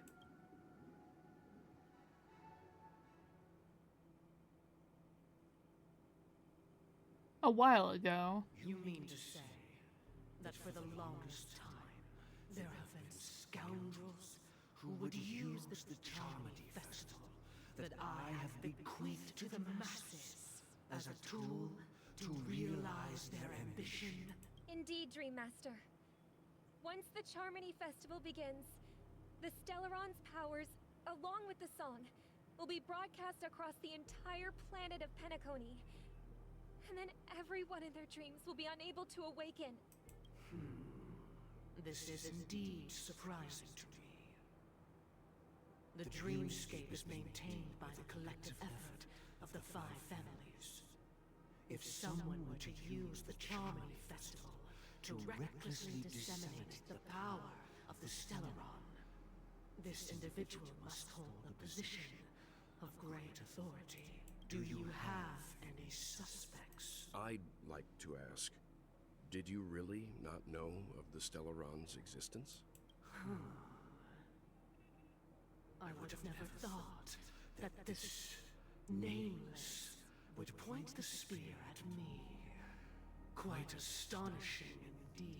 If I have offended, the Astral Express extends its sincere apologies. But the current circumstances are dire and leave no room for meticulous inquiry. We're doing this out of concern for the Dreamscape's safety. So, if you could, please alleviate our concerns. Dream Master, it's just to prove that the Charmony Festival has nothing to do with the Stellaron. If we're being overly cautious, I will return to the stage to offer tribute in song, just per the arrangement. Sunday, Robin. I've watched you two grow up and know your dispositions like the back of my hand. Both of you, right now, can surely be lauded as their most devout advocates. I already know your resolve. The magnitude of this matter is enormous and cannot be taken lightly. Since Mr. Yang has asked with such earnestness, I will personally respond in kind. If there is a need, the entire Oak family will be mobilized to heed your call. I don't think it's my screen doing that, but I keep having like a light, like almost like a frame of the pixels. We've had one up here, we've had one here, we've had one there. I don't think it's my computer screen doing that. Have you all seen that? Or is it my screen doing that? Someday, might I ask you to beseech them to cast their light unto me, and question me in their stead, so that no lies may be concealed? I will do as you command. Robin, could I entrust you to be present as a witness, to document the truth, and to proclaim my innocence, so that all slander may be utterly dispelled? I will do as you command. May thy will be carried out on earth, just as it is in the heavens. Oh, triple-faced soul, please sear his tongue and palms with a hot iron, so that he will not be able to fabricate lies and make false vows. Let us begin. There is nothing else to prepare. Understood. Question. Have you devoted your life to your god, never worshipping other gods? Naturally. Do you love your god as you do yourself, always heeding their admonishments? Naturally. Have you strayed from the path expected by your god, betraying their name? Never. Have you ever been inordinate with your asks of your god, coveting more than the foundation of the creation itself? Never. Then, a final question. Who is your god? Do you swear to fulfill all vows, past, present, and future? With the Eon as my witness, if I do not deliver on my words, or if I renege on my vows, may I be cursed in accordance with divine law. They have seen your faith, and have endorsed your faith. With this, it can be evidenced... Just a moment. What is it, Mr. Yang? Who is they? You keep saying your Eon, but you're not naming an Eon. Is it the Eon of Harmony, though? I have another question I hope to have answered. To my understanding, the family's harmony and prosperity have never relied on so-called divine laws. The god you both mentioned, are they truly Shipe? Mr. Yang should know that those belonging to the family toil together as if they were kin, embracing solidarity and unity under their light. All duplicity is laid bare before the harmony. Such a delicate and complex symphony. Which other god could perfectly harmonize this, if not for the Great One? She may. Perfectly harmonize. Therein lies the problem. It isn't an outsider lurking in the shadows who changed the harmony, but a dissonance that has surreptitiously emerged from within this very symphony itself. In the distant past, there existed an Eon. With one flick of the wrist, they crafted the laws of the cosmos. Their followers formed the Beyond the Sky Choir, spreading solemn and reverent hymns throughout the universe. Later, they fell. The route traversed by this Eon clashed with the harmony, ultimately being absorbed and fused into it.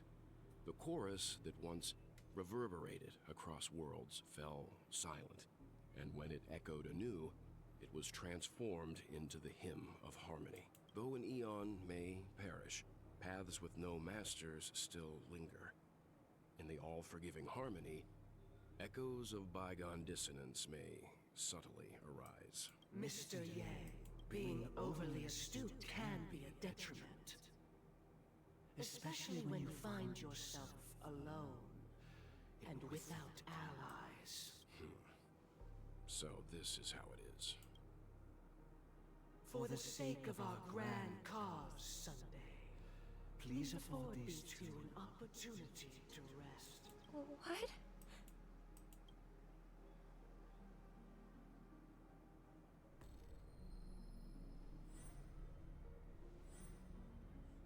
Sorry, Robin. It's just you. I did not wish for you to know this. It's a pity that things have turned out this way. Okay, so they don't follow Sheepe, they follow an older being than Sheepe. Interesting. So, this is the true reason I can't sing?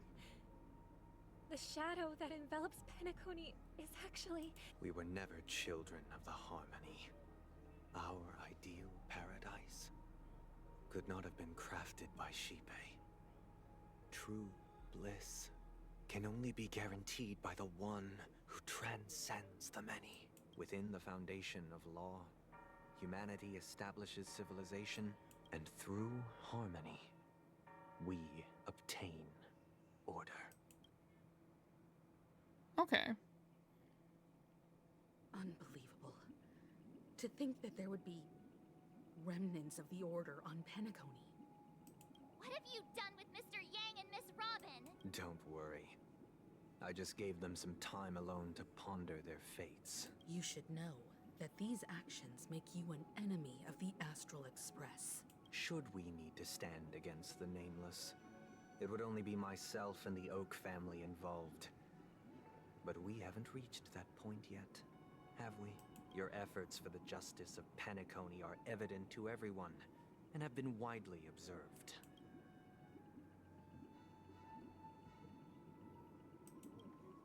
Smart kid. You're just as sharp as the other one.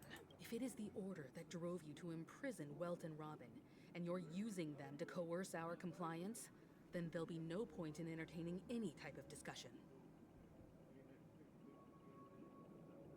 You're mistaken, Miss Himiko. They are in very safe hands, and just as the family has always proclaimed, no one can be harmed in the dreamscape, least of all in the beautiful new world belonging to the Order.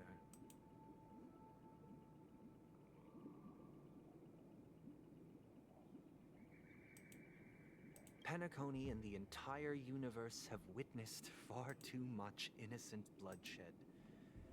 The strong wield their blades against the weak, and the victors push the vanquished to the brink of life. Natural selection. The world abides by this principle, establishing the well-being of humanity atop the corpses of the downtrodden. Only we, or rather, I, possess the power to put an end to this farce. So you've decided to resurrect a dead Eon? No one's ever done such a thing. If Miss Himiko is interested, let's draw back the veil and speak candidly. I've always firmly believed that people can understand one another through peaceful means. I'm willing to divulge the unembellished truth as to the intentions of the Order's Pathstriders, so that you will make better judgment for the Astral Express, for Penacony, and for this stretch of the universe. Words can hardly do justice to the beauty of that ideal. So, come with me, everyone. Let us retrace our steps and see once again where this road leads. Huh? Where'd he go? Welcome. This isn't any location in Penacony's dreamscape. It's my inner world. The reason the scenery before you remains unchanged is because your consciousness has drawn on similar concepts to fill in the gaps.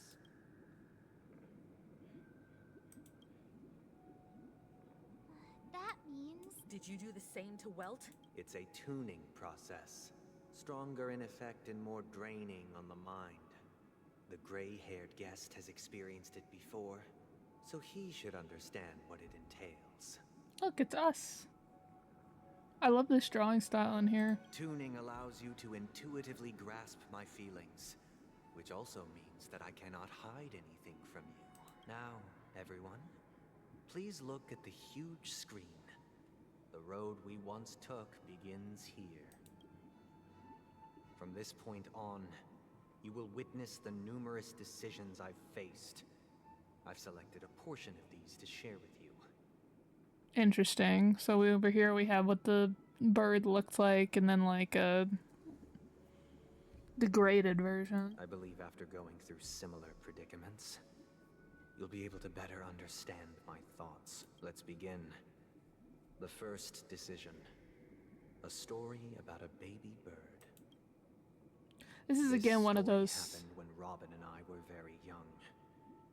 We were victims of the Stellaron disaster, and the family's Mr. Gopher Wood, who would later become the Dream Master of Penacony, saw that we siblings had no one to turn to and took us in. Yeah, so this is what I was talking about before, where like the game at first will give you a lot of hints to allow you to like theorize and break it up on your own, and then the game will like hammer it in and be like, okay, we are done allowing you to like try and figure it out on your own, and so now we're just gonna make sure you understand the intentions, and essentially just like I keep saying it, hammering it in, but they're like so that there's no subtleties anymore. Later on, Robin and I lived a time with nary a care in the world. One day, after dinner, while my younger sister and I were lounging about in Mr. Gopher Wood's yard, we spotted a fledgling Charmony dove all on its own. That baby bird was tiny. It didn't even have all of its feathers, and it couldn't sing. When we found it, it was already on its last breath, having fallen into a shrub.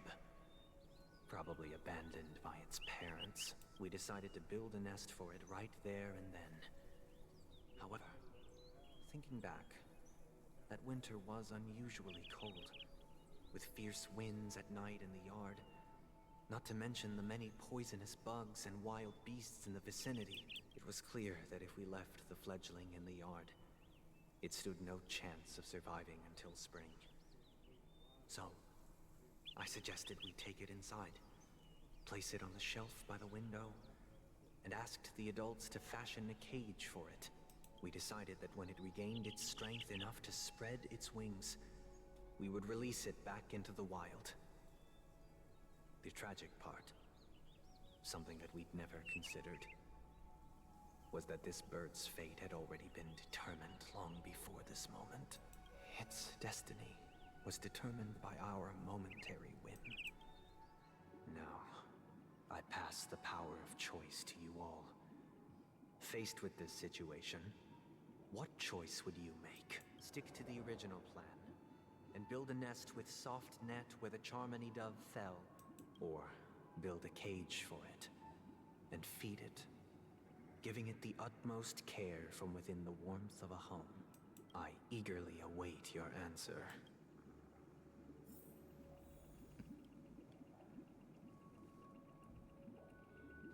First of all, let me just grab that. Okay. So let's see what everybody else is thinking. That guy just casually throws this kind of question at us? What exactly is his deal? But fine, I'll answer, I guess. If it were me, I guess I'd choose to build a cage for the little Charmony dove.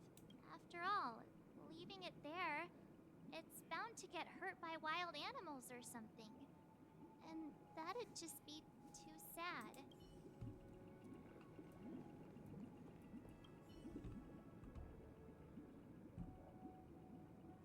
It looks like he really has no intention of imprisoning us. If it's just a quiz, I suppose it's fine to humor him. Back to the question. I would personally choose to build the little Charmony dove a cage. No special reason.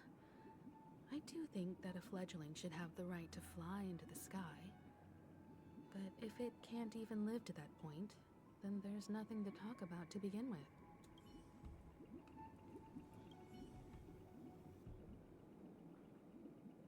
I can't decipher his intentions right now, but based solely on that question, I would probably choose to build that dove a cage. Even if I was gonna release it back into the sky, it'd have to be strong enough to fly first. If I left it where I found it, I fear it'd never get the chance to fly ever again. Interesting. See, I also would build the bird a cage because of the fact that that's like what we already do. You know, we see injured animals in the wild, we take them back to captivity, even if it's for a short, and then we determine based on the factors of the animal if either A, we help it get back its strength and when we release it back into the wild, or it stays in captivity for the rest of its life with us taking care of it. So I would also build a cage for the butt dove.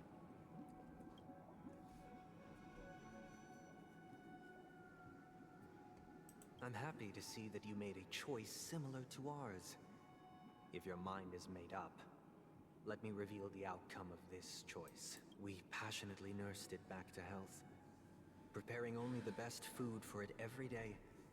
We even preened its feathers. Later, on the day that Robin left Penacony, we opened the cage door and let it fly back into the sky. I watched it for a long while by the window, probably about 3 or so days. In those 3 long days, the little Charmony dove tried again and again to spread its wings to fly into the sky, but fell to the ground, only to keep trying. Finally, on the 137th attempt, it succeeded. But its attempt did not go perfectly.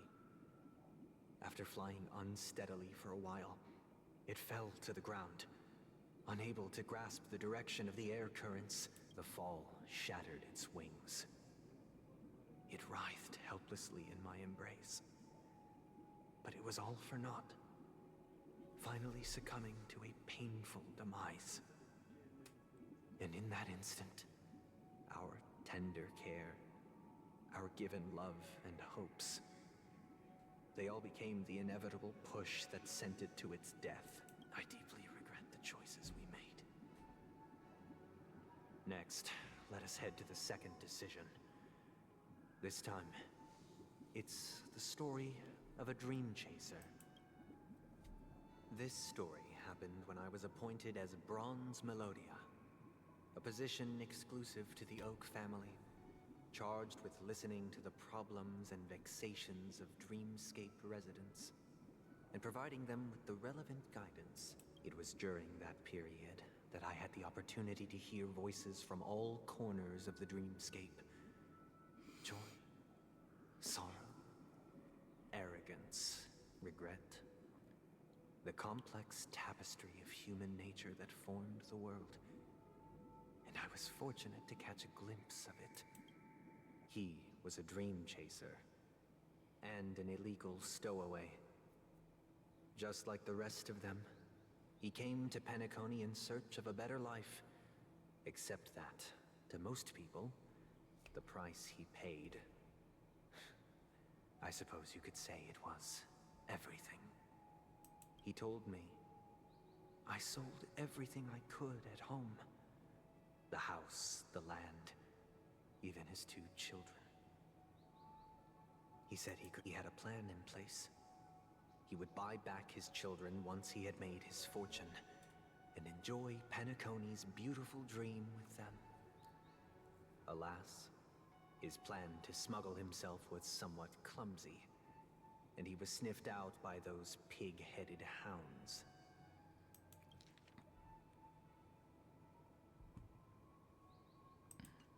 After hearing the Dream Chaser's story, I immediately appealed to the Bloodhound family to cease their pursuit. That way, at least he could live peacefully. But I was still too naive to the ways of the world. I did not anticipate that what I thought was a kind gesture would later lead to dire consequences. I'll tell you the outcome soon. For now, I'd like you all to make a choice. Will you do as I did, and try to convince the Bloodhound family to stop their pursuit, so that the Dream Chaser may live peacefully and realize his wishes? Or will you remain silent, leaving him to languish while the hounds are hot on his heels, until his inevitable judgment arrives? I look forward to everyone's decisions. Who knows? Perhaps they might even alter the outcome of this tragedy. Ugh. Allergies are just destroying me right now.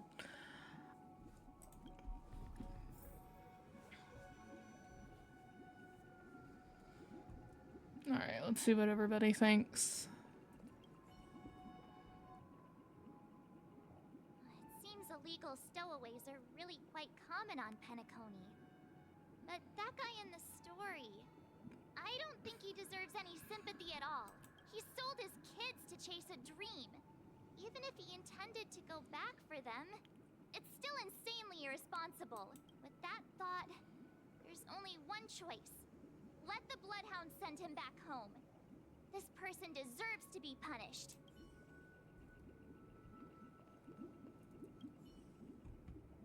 A dream chaser story. If I acted out of kindness, I would probably ask the Bloodhounds to stop their pursuit and lend him a hand. But what cruel repercussion would this choice result in? I think Sunday must have been deeply impressed by the limitations of the strong defending the weak through this incident.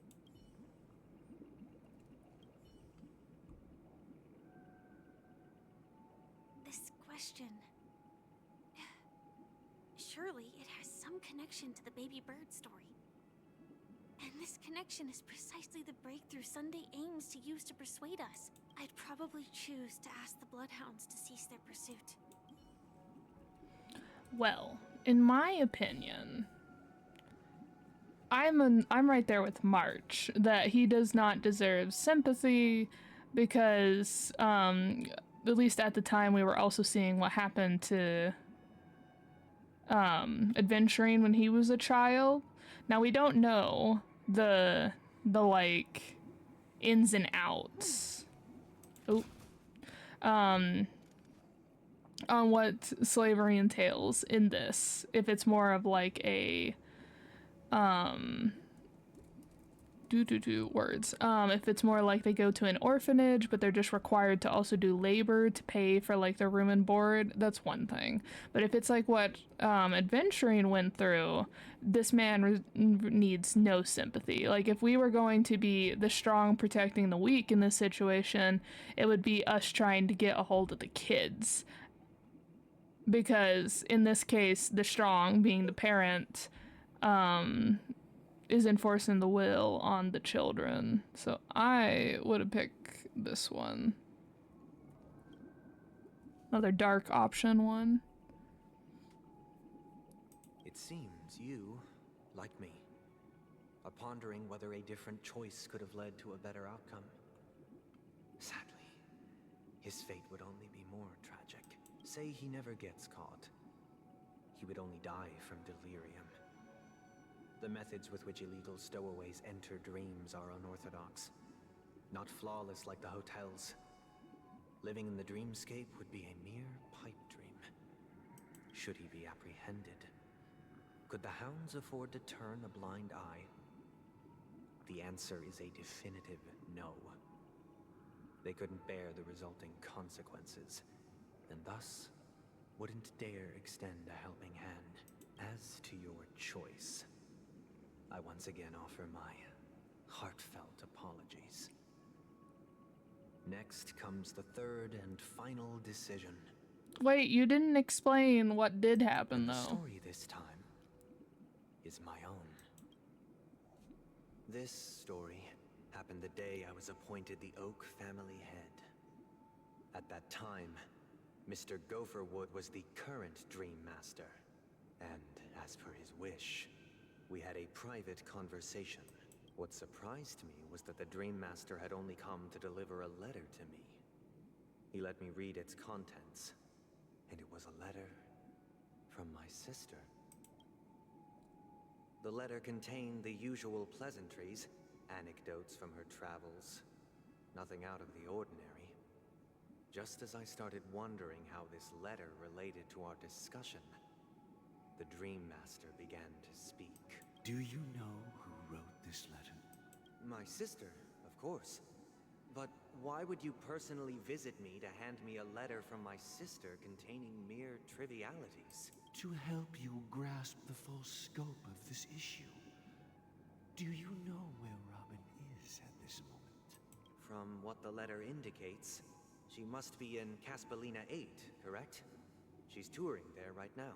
Correct. Has she mentioned anything about a stray bullet? A stray bullet? What? A war has broken out on that planet. It is because of this very reason that Robin chose this destination. To spread the word of the Harmony. And to save the lives of that planet. She personally made for the front lines. She hoped to ease the people's suffering with song, and was willing to brave mortal danger to deliver the IPC's medical supplies. Unfortunately, stray bullets show no such compassion. Wait. Is Robin actually dead? Is the Robin that's been in the dreamscape this entire time a manifestation of Sunday's wants? Like, you know, in one of those side quests, there's that guy who's like, hey, can you take pictures of that one guard so that I can make like a lifelike like a reflection, a recreation of her that I can hang out with? Is Robin actually dead? And the entire time it's been fake? Is she alright? If the operation was successful, she should probably be recovering in the field hospital. By the eon above, the bullet struck her neck directly, yet possibly as a reward for her consistent deeds of harmony. It didn't hit any vital arteries. Once you've attended to your outstanding tasks, it'd be advisable to write her back as soon as possible. This is not the tone that an adopted parent would take. And also, shouldn't Sunday be wrenching himself out of the dreamscape immediately and just running to go see her? Not, after you're done with your task, you should maybe write her a letter. Those damned savages! I'll pack my bags right away. My gratitude for bringing this to my attention, Mr. Gopherwood. Now you understand why she always wears such elaborate neck ornaments, don't you? How could this happen? Miss Robin. It's all in the past, so please don't worry. I share this in the meager hope that you will understand the Harmony's limitations and predicament. As grandiose as the strong defending the weak sounds, many times, it is nothing more than wishful thinking. Likewise, I've prepared one last question. One last choice. But rest assured, this choice will not have any grave consequences, because this is merely a figment of imagination. A nightmare that has haunted me through countless nights. If you ever had the opportunity to make a choice like I did, would you still support Robin's journey on the path of harmony? Okay, so either she's like, that might be also why she's mute, is because interesting that neither of them are that red film other them. It's just the like fuzziness of something that never happened.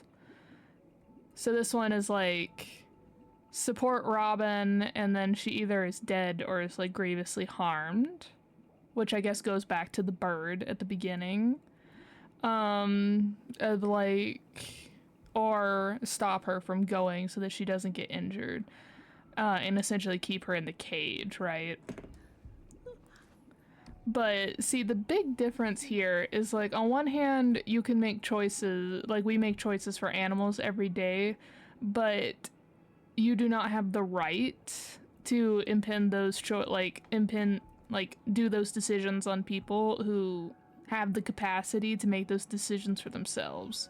Like, we make decisions for children, things like that, because at the time they have no capacity, or they have limited capacity to take care of themselves. So, like,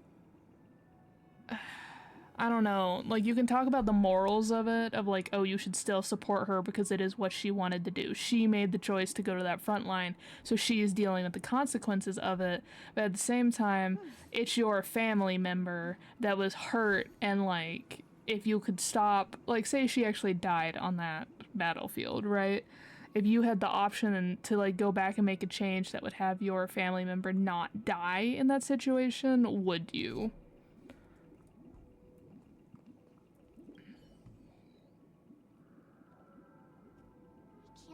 That happened to Miss Robin.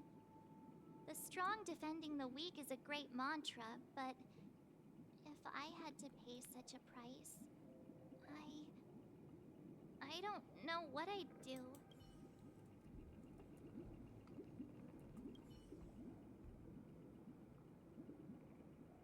I often feel like I've dreamt of similar scenes on certain nights. In the dream, I see blurry faces. I don't know who they are, but I sympathize with all of them, fighting for survival against some unfathomable force.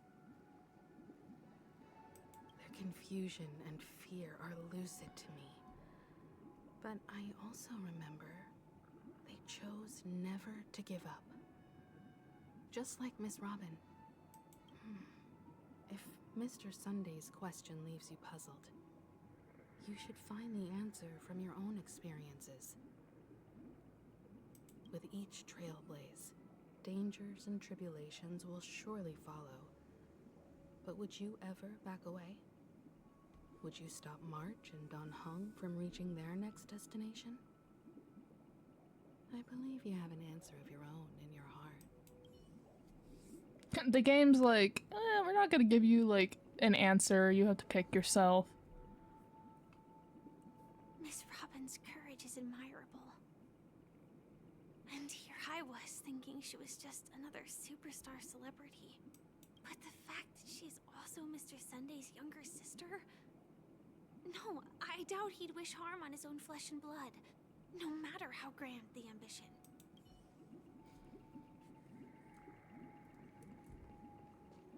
Let's see.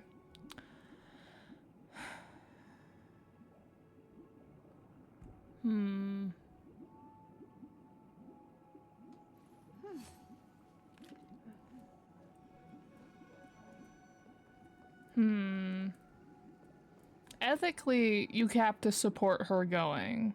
This is just like in any time when someone decides to do something dangerous, but if you stop to them, that would just make them resent you, and the resent can be worse than anything else.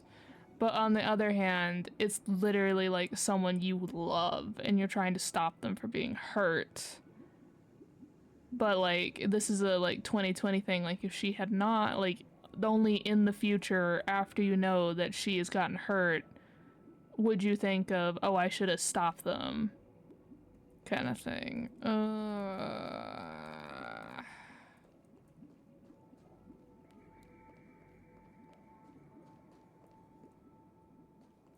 This is rough.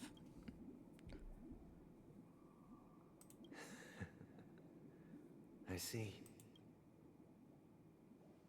I am now aware of everyone's stances.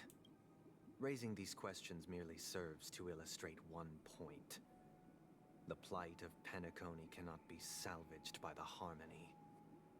The true foundation for a sweet dream paradise can only be established through the order where the strong govern the weak.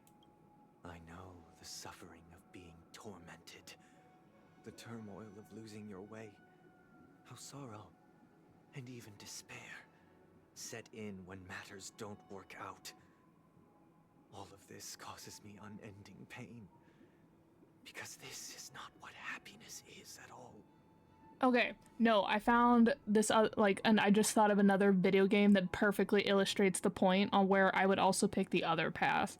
The Last of Us. Anyone that has played The Last of Us, spoilers if you have not played The Last of Us, block your eardrums for a moment, look away. This is your final warning. 5, 4, 3, 2, 1.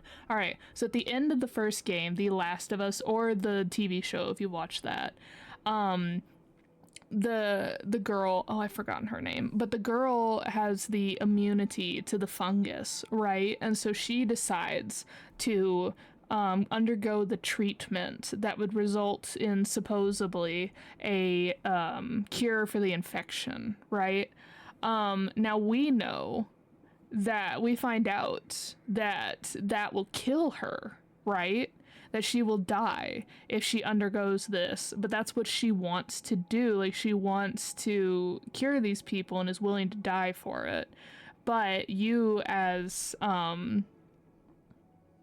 oh shoot, I've forgotten his name too.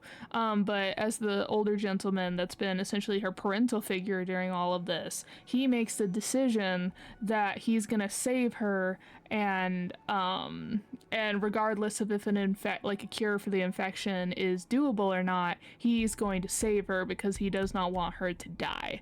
But I was perfectly okay with that ending too at the same time. Like, a lot of people were like, oh, he should have left, morally, he should have left her in the hospital because one death versus the survival of the many. But I was cheering for him the whole way when he was taking out the Firefly operative so that he could save the young girl. So, like, it really depends on the situation, and then also your own personal feelings in it, that whether you would support Robin to go or whether you would protect Robin.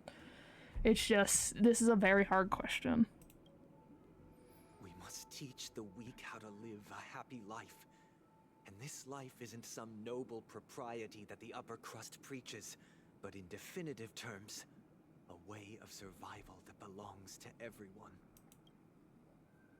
So what is your definition of living a happy life?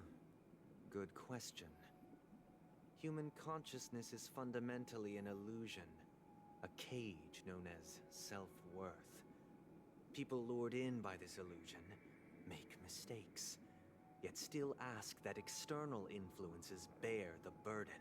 When one mistake after the next permeates the masses, they become impossible to trace. Thus, the amassing of these individual cages culminate to form a prison. A place dictated only by the rule of survival. Nature is always accompanied by predation and sacrifice. Its antithesis is known as order. That is what I want to do. Unite people's happiness under the banner of order. They won't need to make bitter choices any longer, nor face the weaknesses of humanity. They can cast aside their primal instincts to build a haven for mankind. Simply describing thoughts is far too abstract. So allow me to provide a simple example. As you all may know, there are societal norms like weekends and long weekends that exist on some worlds. During these hard-earned rest days, people are given the chance to extricate themselves from the stresses of everyday life, allowing a certain tranquility to return to their souls. And it is only on these days that people do not have to adhere to the law where the strong prey on the weak.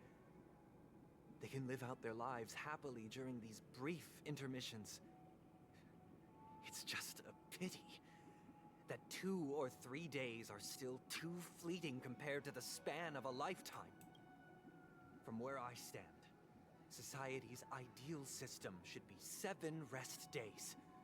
Following Sunday, there should ensue a second, a third, and indeed an infinite procession of Sundays. This should be the face of the new world. Idyllic, eternal, peaceful days. And thus, every person can return to their base selves in this utopia. Some gaze in reverence at the stars, pouring their whole beings into calculating the distance between us and the isolated world of Pagana.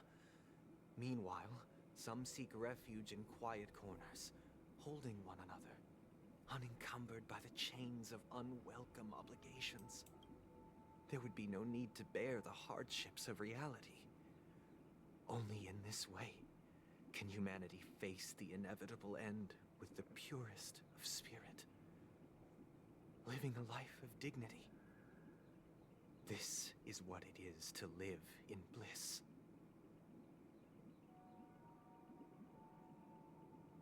I'm getting very distracted by some designs on his character. Like, we have these thorns in the eye. I really feel like if Sunday becomes playable, he's going to be following the path of abundance.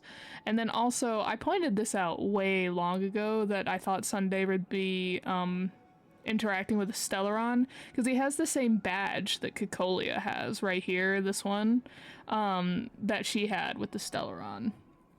But yeah, so he essentially just wants to make the Matrix, where he wants to put everybody in a system so that they can essentially just do whatever they feel like as long as it's within the rules of the order. And in this way, everybody will have a peaceful, eternal rest. Blah, blah, blah. Miss Firefly, you who are stricken with entropy loss syndrome, you of all would surely understand this. It sounds like a flawless theory. But what is the price to attain all this? The cost is minute, merely a personal and eternal sacrifice. If this paradise is to be maintained for everyone, someone must remain trapped in solitary wakening until the end of the cosmos. Wakening. Which means that this so-called paradise is still a dream. Stepping into this paradise means forsaking reality, correct? It is not forsaking, but transcending. Flesh, blood, sorrow, weakness. If the physical is the root of spiritual suffering, it is only logical that we defeat it. But in this supposed bliss, people won't have defeated their demons. The chance to overcome their tribulations would be forever lost to them. In other words, it is an escape. That's another way of understanding it. But there is no shame in escape. On the contrary, the seeds of escape exist in everyone's hearts. Don't you agree, Miss Firefly? And as to why we sleep, it is because we are afraid to awaken from our dreams. But this is not in conflict with the grand plan. Only in acknowledging this can we truly understand the frailty of human nature, and from there, show compassion and protection.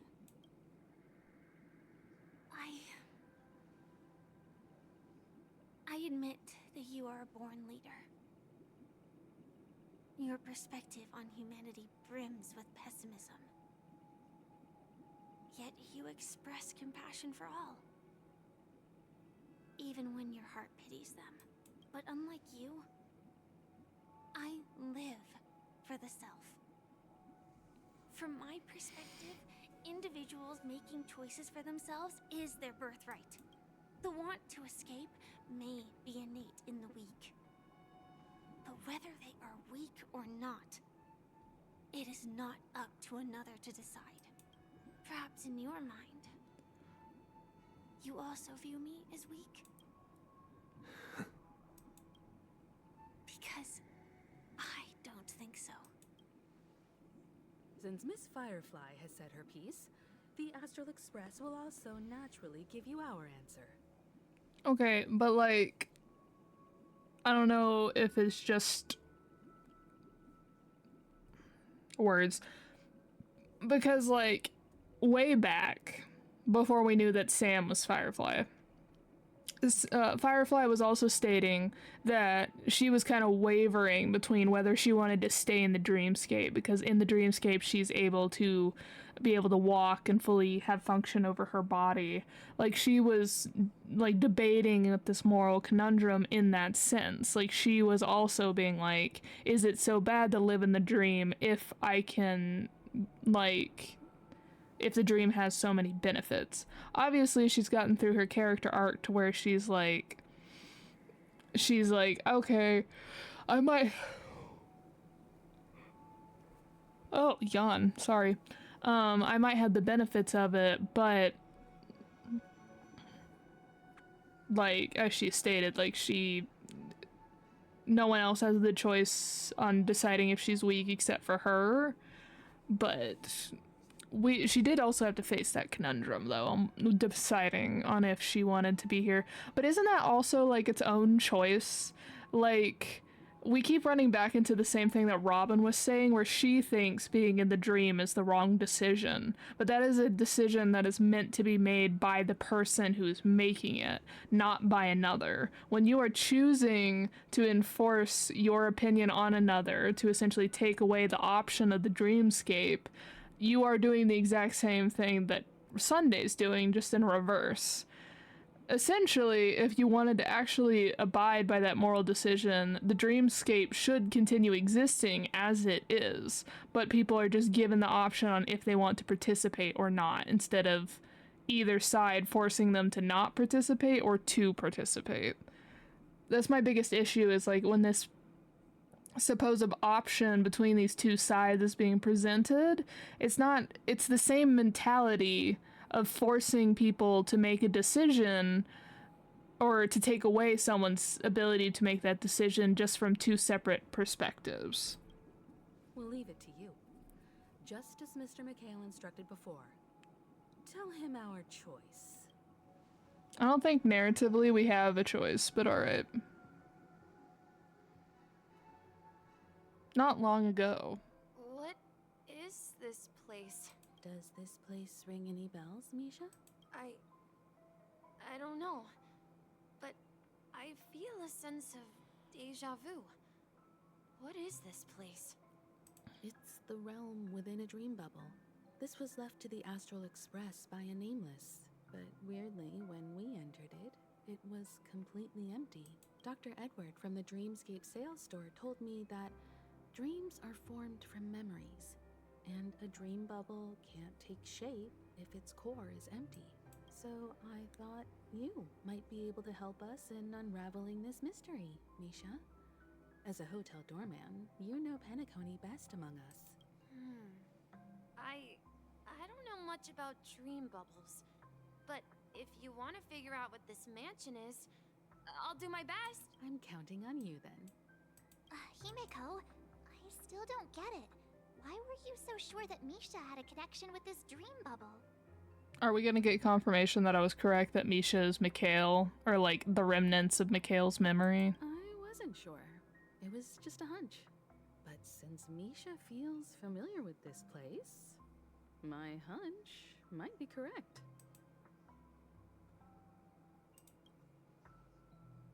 Exactly.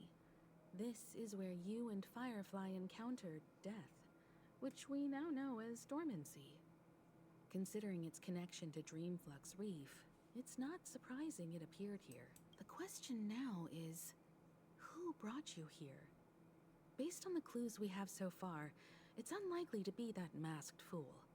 So identifying them is crucial to us. We're drawing closer to the truth once more. Let's give Misha some time, as I believe he'll unveil the secret of this dream bubble. All right, but there are doors all over the place.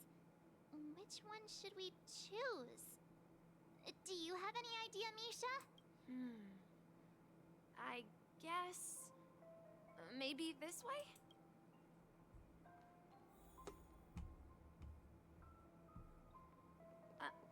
I'm not entirely sure, but let's give it a try.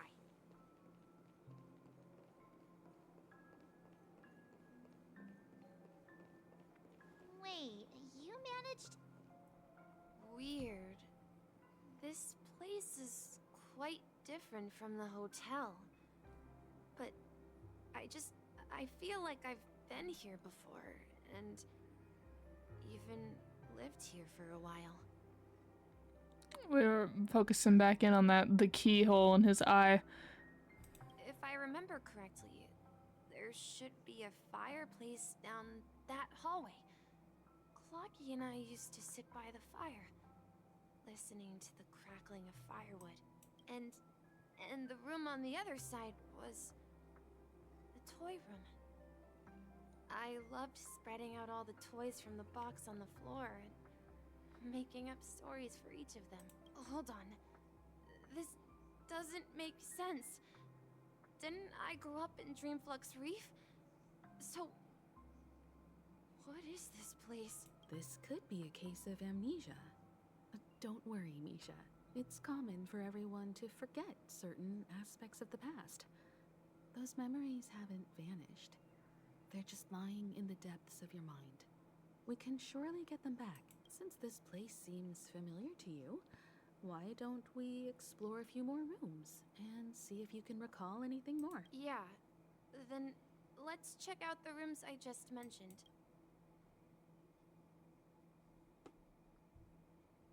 Here's a question. Have we gotten a space anchor here? No. Okay. Because I'm starting to get like... feel like it's getting close to 3 hours, and so I was like, maybe a good stopping point. That's the name. Now we all know him as the Watchmaker. So, who is he talking to? Do you know anything about it, Misha? I'm sorry. I don't know much about the Watchmaker.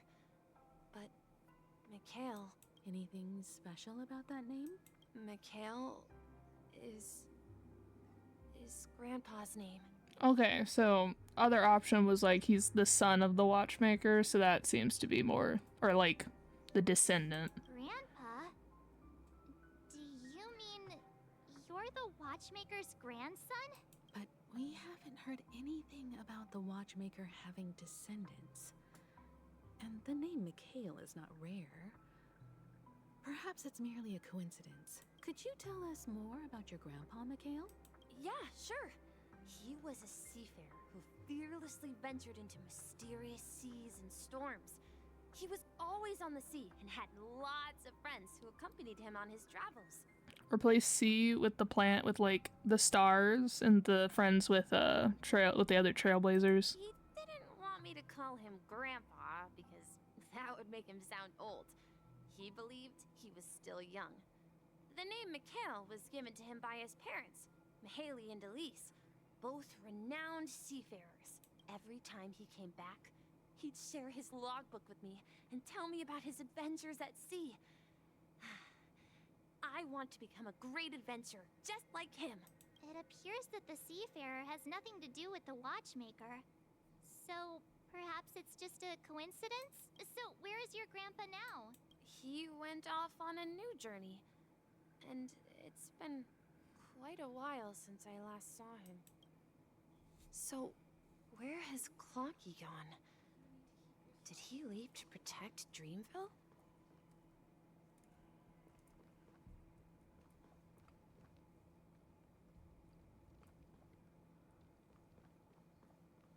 Okay, we're starting to have pop-up words. I did not see pop-up words before, but let's...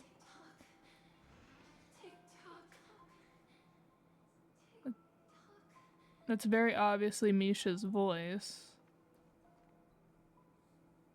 Okay, it looks like I probably skipped some dialogue in our last room. I heard some noises from the room. Origami Bird? That's a friend of mine. You and Origami Bird are friends? Yeah. It's a member of the Compass crew, just like Clocky and Miss Mirror. And there's more than just one Origami Bird. They are a big family with lots of brothers and sisters they follow Miss Mirror's orders and handle all sorts of jobs on the ship. They're the best sailors. Sailors? Can Origami Birds be sailors? Could you tell us more about the Compass, Misha? The Compass is a ship bound for the New World. Clocky and his partners travel through layers of fog to the depths of the sea. Whenever there is danger, Clocky will use a compass and guide the ship in the right direction. So, navigator. That's a great story. But in the Penacony cartoon, Clocky and his partners have always lived in Dreamville and never ventured out, right? Huh? Oh, that does seem to be the case. Weird. I clearly remember Clocky arrived in the New World in the end. Perhaps Clocky has a hidden past. I think I hear the sound of water. You once mentioned there's a magnificent fountain up ahead.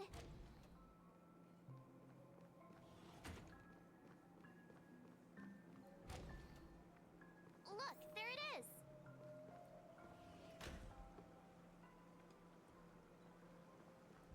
The water resembles a precious jewel, embedded in the dreams of all seafarers. Every time I gaze at the shimmering lights beneath the waves, it feels as though I'm back in this place, standing by your side. Have you recalled anything, Misha? Yeah, I saw these sentences in Grandpa's logbook. He used to say that despite the perils of the sea, whenever he stood on the deck in the afternoon, overlooking the sparkling waves, he would think of this fountain in front of his house. He often said that those moments felt like returning to his family's side, and the difficulties at sea didn't seem quite as challenging. You know, I quite understand such sentiments.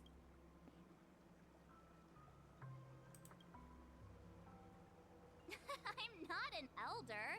I was just being a bit sentimental. Perhaps every adventurer far from home carries a fountain within their soul. Even though the other side of the sea remains shrouded in the unknown, the fountain in front of his house serves as a compass, leading him back to his cherished ones. Yeah. While Grandpa was at home, we would stand by the fountain and place the compass, a toy boat that I made, into the pool. Okay, but we were saying that Compass was Miss Mirror. So, I just bumped my mic real bad. Sorry about that. Back then, I would ask him when I could go on adventures like him, and he would always laugh and say I was still too young. It seems this Mikhail is truly a seafarer and has nothing to do with the watchmaker. Yeah. Based on Misha's recollections, the scenes in the dream bubble appear to be his childhood memories. But this raises more questions. According to Misha, he was clearly born on an oceanic planet and led an ordinary life, with no connection to Penacony at all. Could this be some sort of metaphor? Perhaps the sea refers to the memory zone. I'm sorry. I don't know, but my memories keep pouring out uncontrollably, like water flowing from a fountain. Perhaps I'll remember more things if we go further. I wish to share your burden. Something very important to the opposite side, right? No, we should turn left here. Is it something very important? I wish to share your burden. Huh? Something feels different about this place. This is it. I remember this corridor. Up ahead is Grandpa's study. It was in that room that I saw him the last time.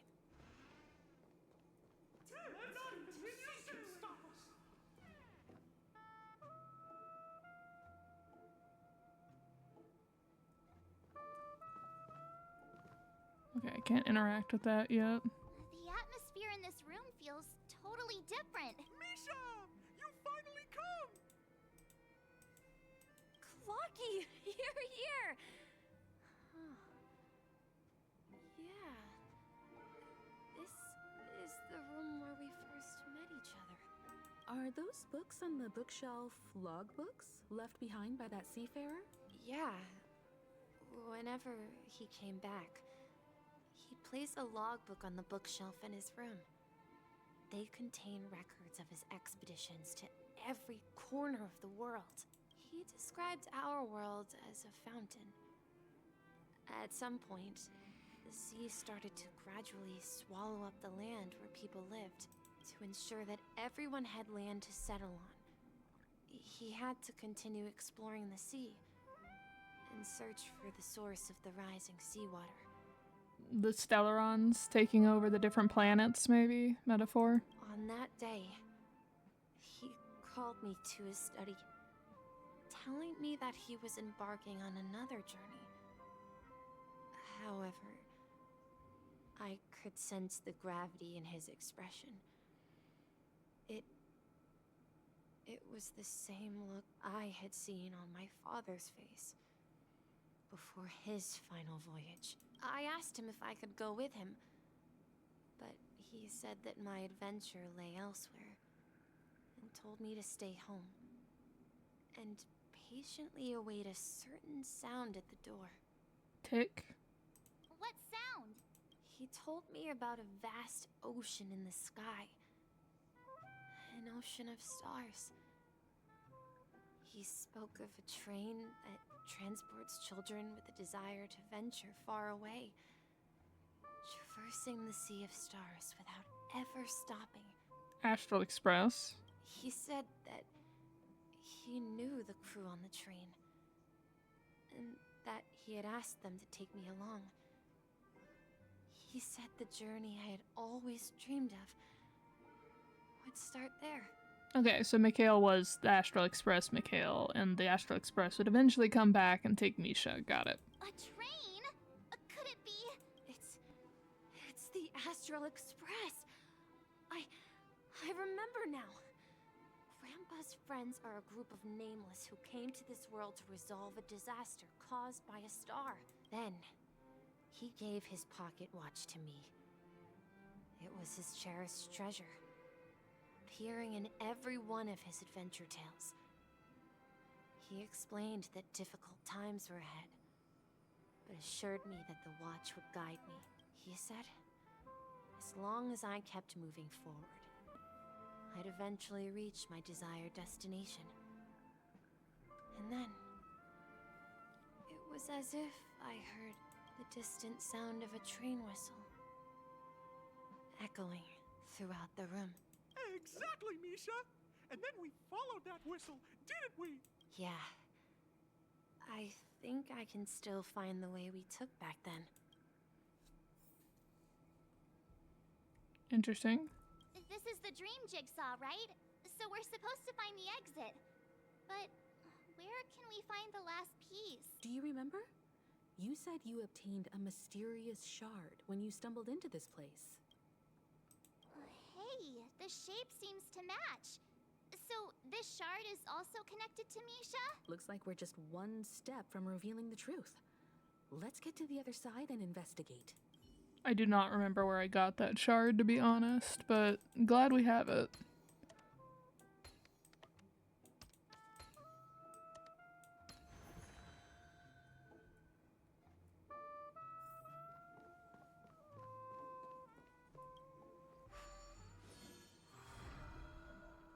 it. This is my room of clocks. While I spent my time waiting for Grandpa to return from his voyage, Walter gave me this workshop, and it became my secret base. Here, I learned how to repair clockwork and gears, out of my fondness of precision mechanics. In my dreams, I was the captain of the compass, embarking on adventures with my companions, Clocky and Miss Mirror, in search of the new world. I was born and raised here. So, this building in the dream bubble is your childhood home? Yes, but not exactly. To be more precise, this dream bubble itself is my home. Looks like you've remembered everything now. Wait. Why does it feel like everyone else knows something I don't?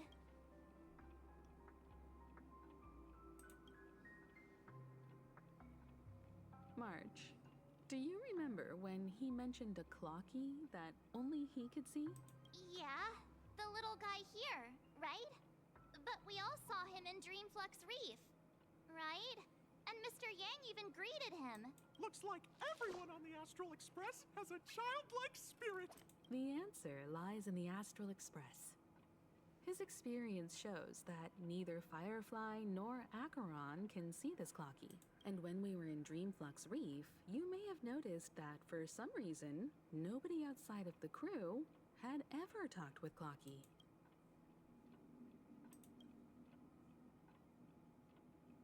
A mimetic life that can only be seen by a select few? It's just like a hidden message, left by someone for the nameless. But Misha can see Clocky too, right? They even grew up together. But Misha hasn't started the way of the trailblaze yet. That's the key to the mystery, March.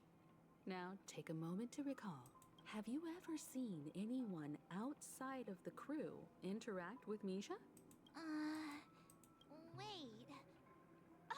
No way! That's the answer, March 7th. This dream bubble is the place where I was born. And I'm a dweller in this dream. Just like a memory zone meme. I should have stayed here and waited for you. But when reality and memories merged, I unconsciously pushed open that door and left the bubble with Clocky. So it's not that the Watchmaker's dream bubble is empty, but rather the stuff inside ran away? And the whistle you heard was the sound of the express arriving at Penacony? That's one way to see it, but I believe there's a longer story behind all this. It's best for Misha himself to explain all the details. How about we start with your name? Now, should we call you Misha, or... Thank you all for helping me rediscover my true self. Now, please allow me to reintroduce myself. I was born on Lushaka, in the Presmere system, adopted by seafarers Mikhail and Char. They gave me a treasure, a name that carried their hopes. Mikhail Char Legwork, or simply Misha. If you prefer, you can call me by a more familiar name, the Watchmaker.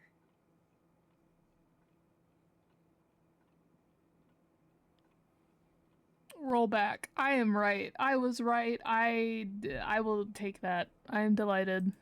So, you're the Watchmaker himself? Unfortunately, that legendary figure is no more. I am only a reflection of his life. As for the child who has been with you, he's the innocent protagonist of Misha's childhood dream. A friend of Clocky, a young apprentice, and a future mechanic on the Express. And this also marks the beginning of his journey, devoted to the Trailblaze. At the end of the journey, I left this little flame, which I so cherished. in my deepest dreams, hoping to pass it on to the nameless of future generations. However, he somehow left the dream bubble and forgot all about his task. I apologize for all the confusion this caused. Because he was born with a desire to trailblaze, wasn't he? I don't think Misha has forgotten his role as a guide. He remembered it, and that's why he mistakenly appeared as a hotel doorman in his dream from the very beginning. The one who brought our unconscious friend here must have been Misha. If that's the case, we encountered the Watchmaker's legacy from the beginning, didn't we? Well, I have a sarcastic friend who says I always take big detours and end up back where I started. Perhaps that's what every nameless has to go through, but in the end, you found me. I'm sure you're all wondering what my legacy is. I believe my hound has mentioned the Stellaron and my wealth. If I may apologize, the Stellaron part is real. As for my wealth, however, it's nothing more than a baseless rumor. I left my homeland as a child and embarked on the journey of trailblaze.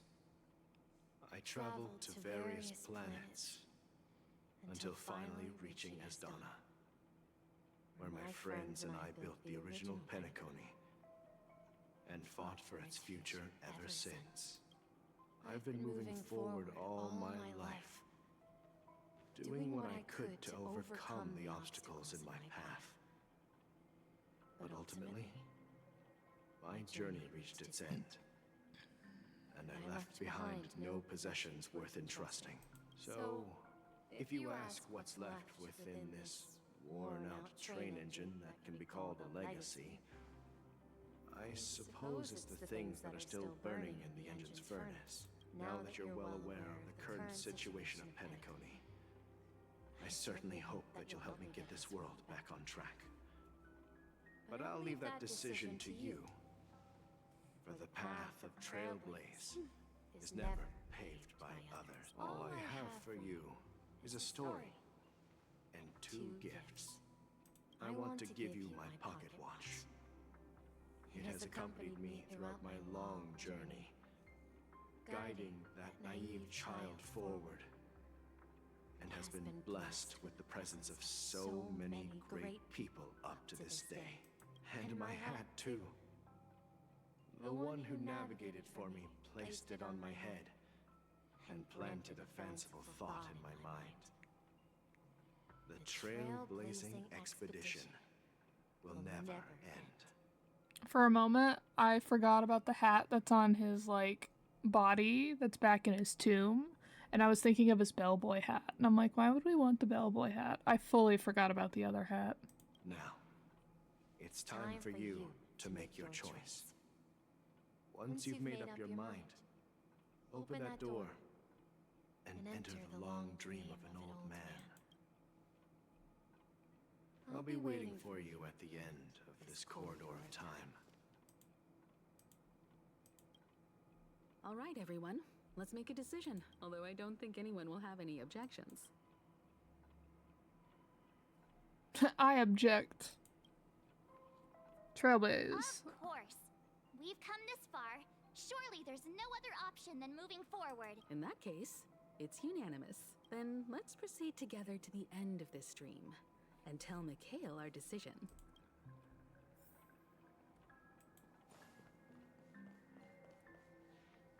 Is there any... Okay, there's nothing, like, we should be looking for. Oh, are we just gonna appear back at his tomb? Mikhail, where are you going? Someone has to step up and save Lushaka. So why can't it be me, Misha? Please don't go. And if you must, please take me with you. Don't leave me alone. Even without me, you know how to proceed forward, brave Captain Misha. The compass is waiting for you. Haven't you always wanted to be a better adventurer than me? Now go, board that train and start your journey. Where are you going, Mikhail? I'm going to clean the floor in the parlor car. I've promised the conductor. Wait, first tell me, did you fix this watch? Yeah. I know what it looked like before. Its chain was broken, the back case torn, and the marks on the dial all worn out. How did you manage to fix it? Well, it's hard to explain, but I knew it could be fixed. It's the hands, Mr. Amundsen. Its hands were intact and pointing in the right direction, so I knew there would be a way to fix the rest. I see. You'll work with me from now on. Haven't you always wanted to tinker with this train? You're its mechanic now. As for the conductor, I'll do the talking. But I only know how to fix watches. Don't worry. You've got what it takes. I'll teach you what you need to know. Where are you going, Legwork? It's time to head to our next stop. I'm staying in Astana with Rosalina and Tiernan. I see. This place reminds you of home. The people of Astana have only achieved a tiny victory and still have a long way to go towards true freedom. Hanunu needs us. Don't worry, not all journeys lead to the stars. Even if I leave the Express, our path of trailblaze will continue. Yeah. I knew you wouldn't stay on the Express forever. Leave in peace, my friend. And, take this with you. This is Mr. Amundsen's hat. But why? When he departed, he said he would leave it to his best student. Well, I suppose the time has come. Farewell, Legwork. Take care of Tiernan and Rosalina. And don't forget to write to us. Where are you going, Watchmaker? Don't worry, Micah.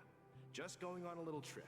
Someone has to be at the forefront of the interstellar frontier, and I'm the only former Nameless in Penacony. So why can't it be me? Because you're all we have. Have you forgotten about Tiernan?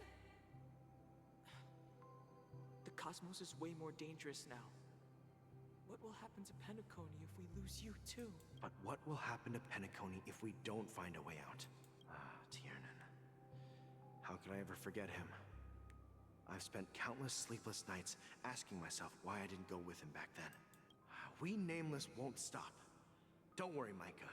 It's just a matter of getting back to my old profession. Just wait for me to come back. But if, and it's a big if I don't come back in one piece, then you'll become the next Watchmaker. Where are you going, old man? Oh, you're here.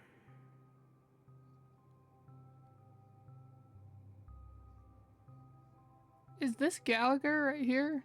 Interesting. Answer my question. What are you up to? Relax, Gallagher. I just came up with a great idea. Wanna hear it? Oh, come on. Aren't all your ideas just ways to get yourself killed? I may be blunt here, but you're the last remaining hero in Penacony.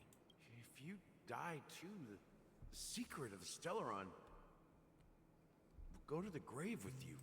Yes. I'm afraid there's no way out in Penacony, so I'll have to consider alternatives beyond Astana. We'll organize a festival using the Watchmaker's legacy as a facade, and send invitations to the entire cosmos to gather people here. So, a desperate struggle against the family? Desperate? Don't we have you here, my friend? This task is challenging, but what hasn't been challenging for us along the way? Well, whatever you do, remember, make sure to send an invitation to the Astral Express. Misha! Where are you going? Oh, it's you, Clocky. Take me to Dreamflux Reef. Last night, I had a long dream about the day we met. I want to write down that dream.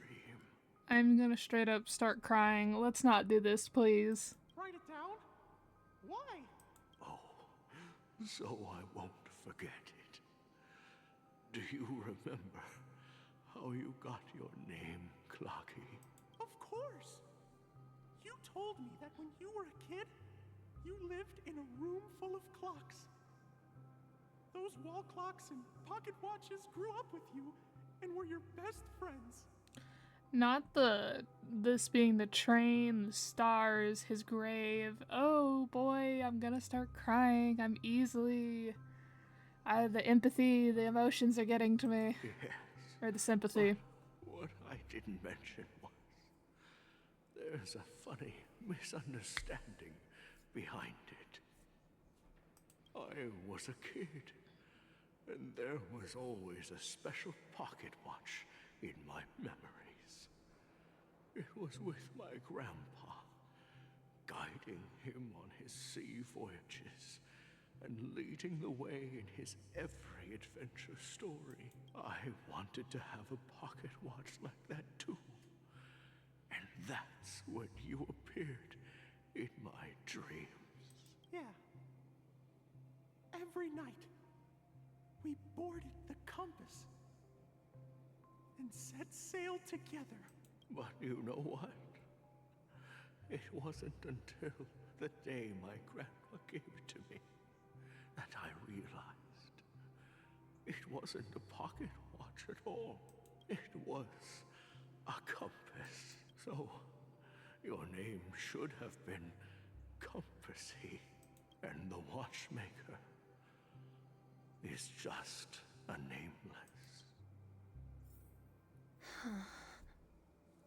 We've arrived at Dreamflux Reef.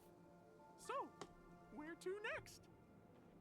You know, Clocky, I don't think I'll be going anywhere else.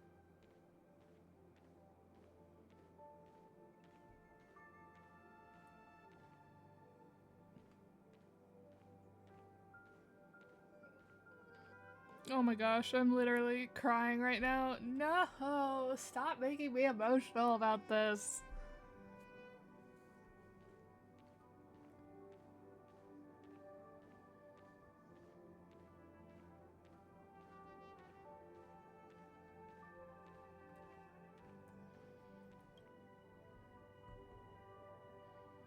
I've traveled far enough, and it's time for a little break. Oh. So, we'll set out again. When you're rested? No, I'll stay here. And then, this is where it ends. This is... where it ends? What do you mean, Misha? You told me that the trailblazing expedition would never end. Yeah, that's what I said.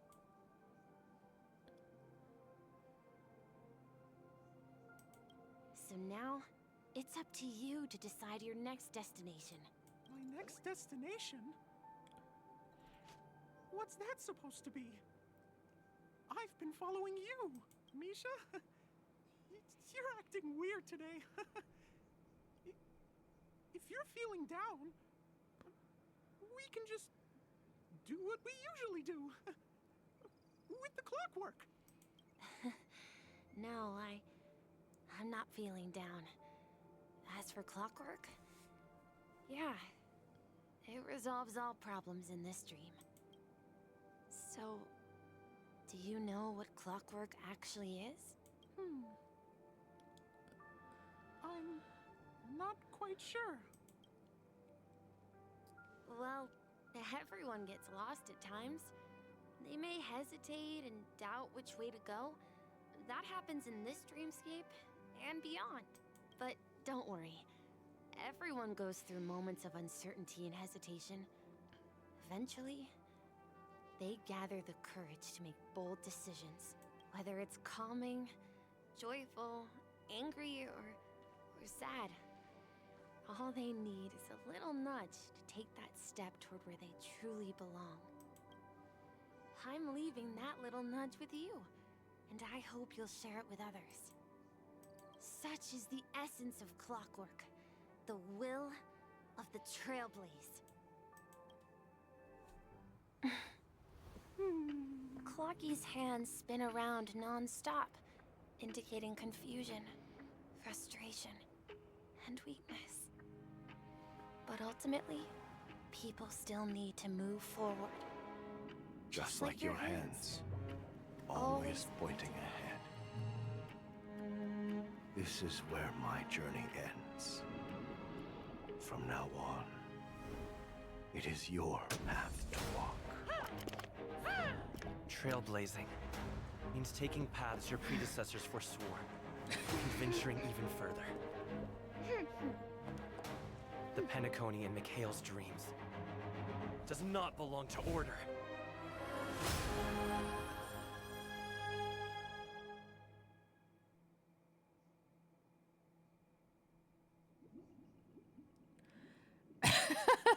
Me and Sunday are right there together. We went from like very emotional, and with the power of friendship. Oh my gosh. Okay. I can't believe that Eon would cast a glance at Penacony at a time like this. Is it because of the resonance from the legacy of the Trailblaze? Or perhaps the bond between you is so strong that it even impresses an Eon? Well, there might be another possibility. Perhaps they want to witness, on behalf of the fallen Eons, who will hold the future of Penacony. If that's the case, on behalf of the Dream Master of Penacony and the 107,336 members of the Oak family, I'm extending a formal invitation to all of you. I'm cordially inviting you all to the Penacony Grand Theater to participate in the upcoming Charmony Festival. And, of course, you won't be in the audience, but on center stage. Since the future of the Stellaron, Penacony, and even the entire cosmos is at stake, let's draw a conclusion there. In all fairness, if you truly believe in Akavili's path, then show me their courage and determination.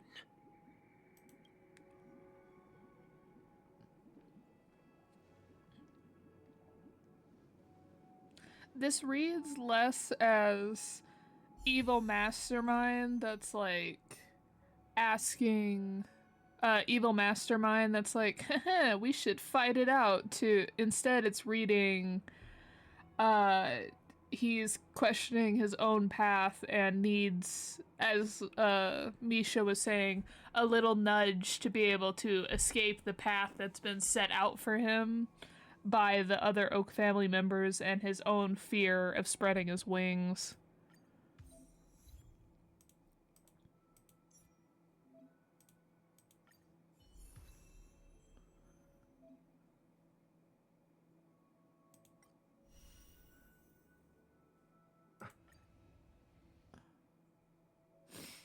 Love the backsplash art for that one.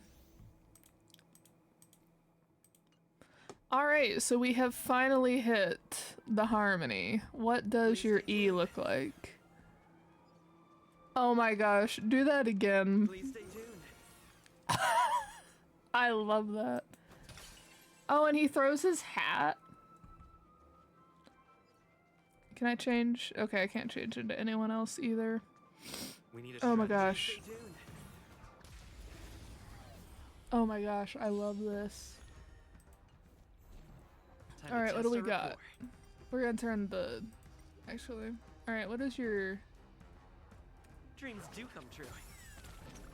Okay, okay, interesting.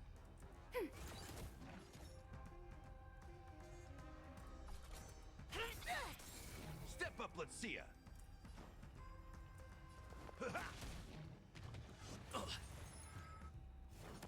Still the same one. There's your and that's your single target. Set just right. Let's turn that off so we can see the full... Let the show begin.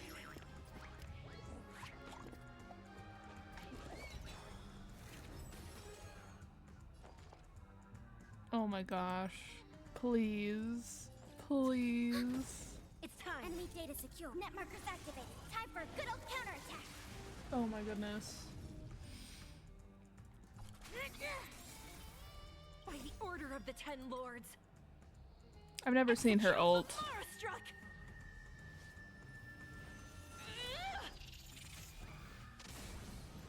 No amnesty for the Mara struck.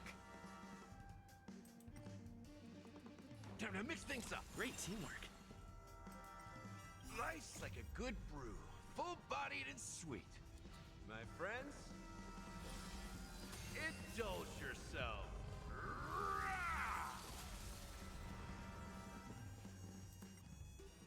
Let's improvise. It ain't over.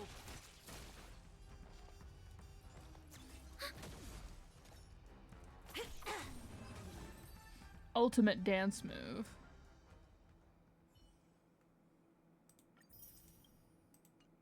Love the backsplash art on that. Do I? Oh wait, I didn't want to switch.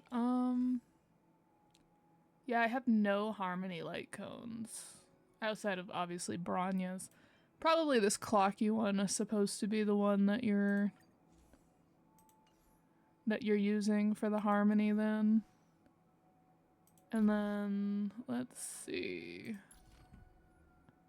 I collected so much. Before our paths diverge, savor the shared journey. Before our paths diverge, savor the shared journey.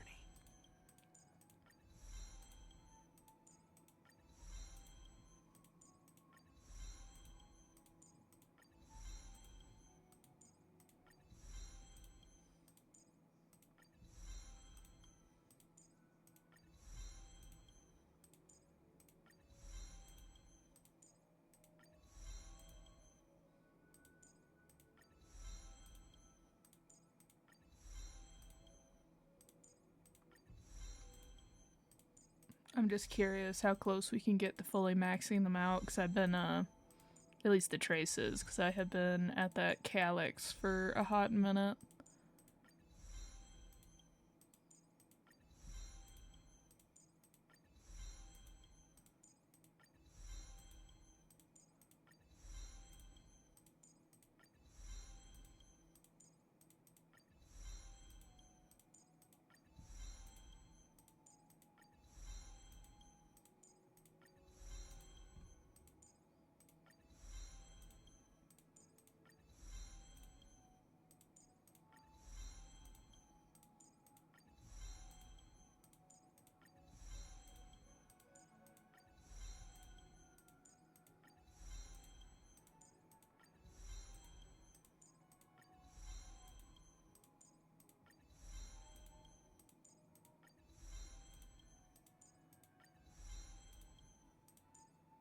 Oh my gosh, without doing any, like, synthesis, we got all the way up to almost fully maxing it out.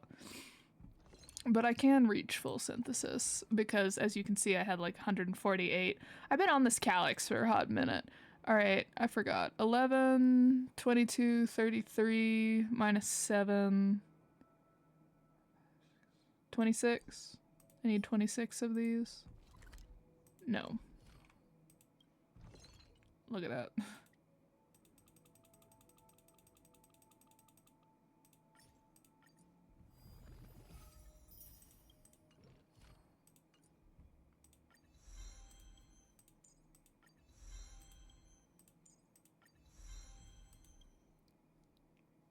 Alright, fully maxed out calyx. How much can we do here?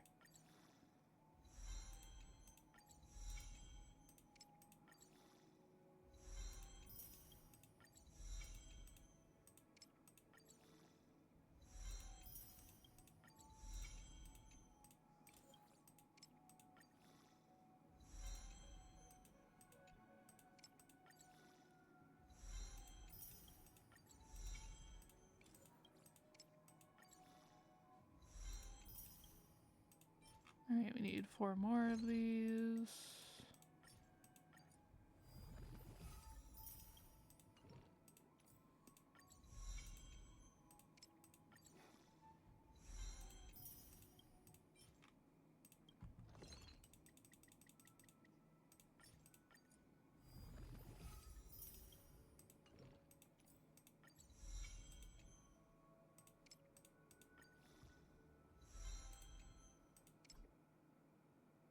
Oh, I just ran out of the XP. Alright. Well, we almost got that one fully maxed out. And then I'm already 80 out of 80. Light cone is 77 out of 80. That's good. I don't have any relics to put on them, but hopefully for now this will be decent enough to do a fight as... Oh yeah, let's put us back on the team. Nope.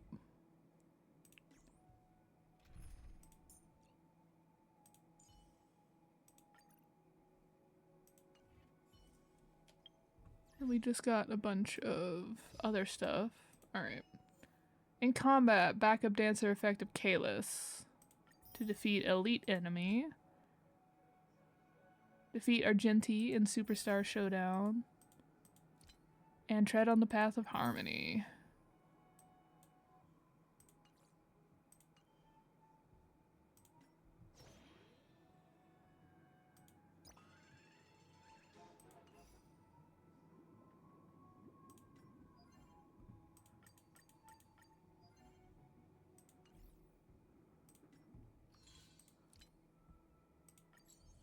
And they're like, you just used a bunch of money.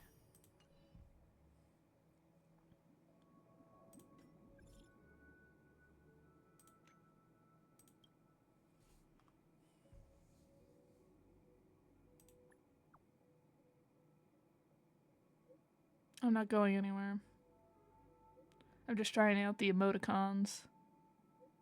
Hua Hua says I'm often expressionless, and even my text messages sound too serious. Per her suggestion, I'm now testing these emoticons. What do you think? What do you think of it yourself? I don't think there's much difference.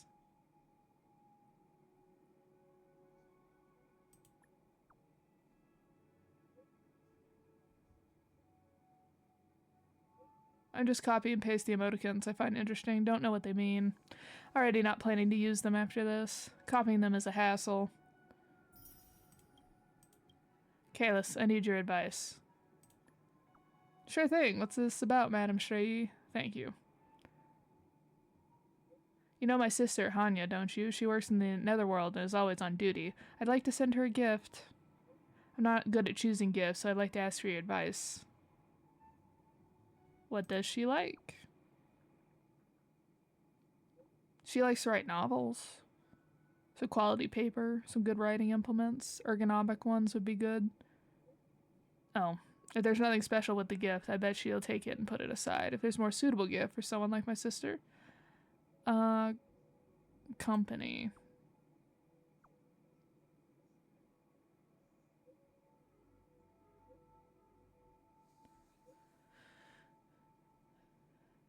I never thought of this. I'll ask her. Thank you, Kalis. Haha's right to say that I need advice from someone mortal. Sorry, wrong words. I meant to say someone who lives in the mortal world. Till next time. How's the progress? Have you finished all the IPC's assignments? Yeah, I got the special assignments that you mentioned done. Is there anything else? Wait, let me refresh. Pretty good. How'd you do it? I'm still looking at Boo Hill's details, but you managed to complete so many assignments on your own. Piece of cake. It was expected from someone who fought the Doomsday Beast with their bare hands. Right, did you get your payment? If you ask me, you shouldn't risk your life for money. Just make enough to live comfortably. You weren't injured, were you? Plenty tough, don't you worry. That's good. Alright, enough chatter. The department has asked me to submit my report and my page is still blank. You go home and get some rest. I'll let you know if something good like this happens again. Okay. How are we doing here? Ooh. Could we perhaps... We could. Alright. So on the limited banner, we're actually up to 48, so we are getting kind of close to where we might be expecting a 5-star. But like I said, I've heard Argenti is coming up again soon, and I kind of want his Elon, you know? So I don't know if I should save my pulls for Argenti. Because you can see we have him and his light cone, so we're after his Eidolons now.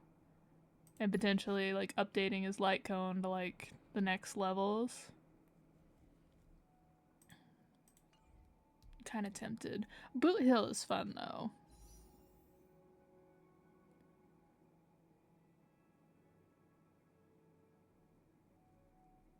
I feel like I won't be mad if we get Boot Hill or if we just build Pity. Like either way, you know what I mean? So while we're in the Dreamscape, let's see what 58 does for us.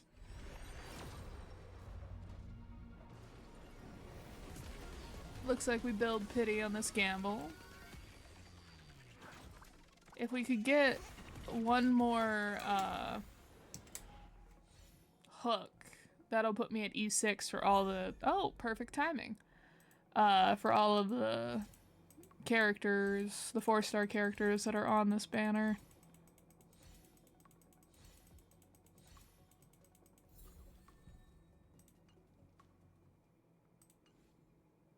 Perfect timing indeed.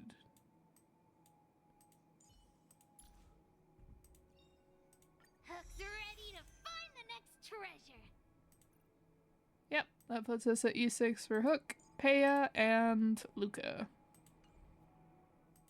Nice. Alright. Speak with your companions. Does that mean he wants to fight us during the Charmony Festival? I'm afraid so. This is weird. Aren't Arc villains usually plotting some dirty conspiracy in the end? But he actually said something like, "In all fairness." Could it be that he's underestimating us? Well, in my opinion, Sunday is deeply committed to his own philosophy and genuinely wants to prove that the Order is right. I sensed a strong conviction and a desire for dominance in him. Maybe he won't accept the outcome unless he wins fair and square. That's why he'll give it his all in the upcoming battle.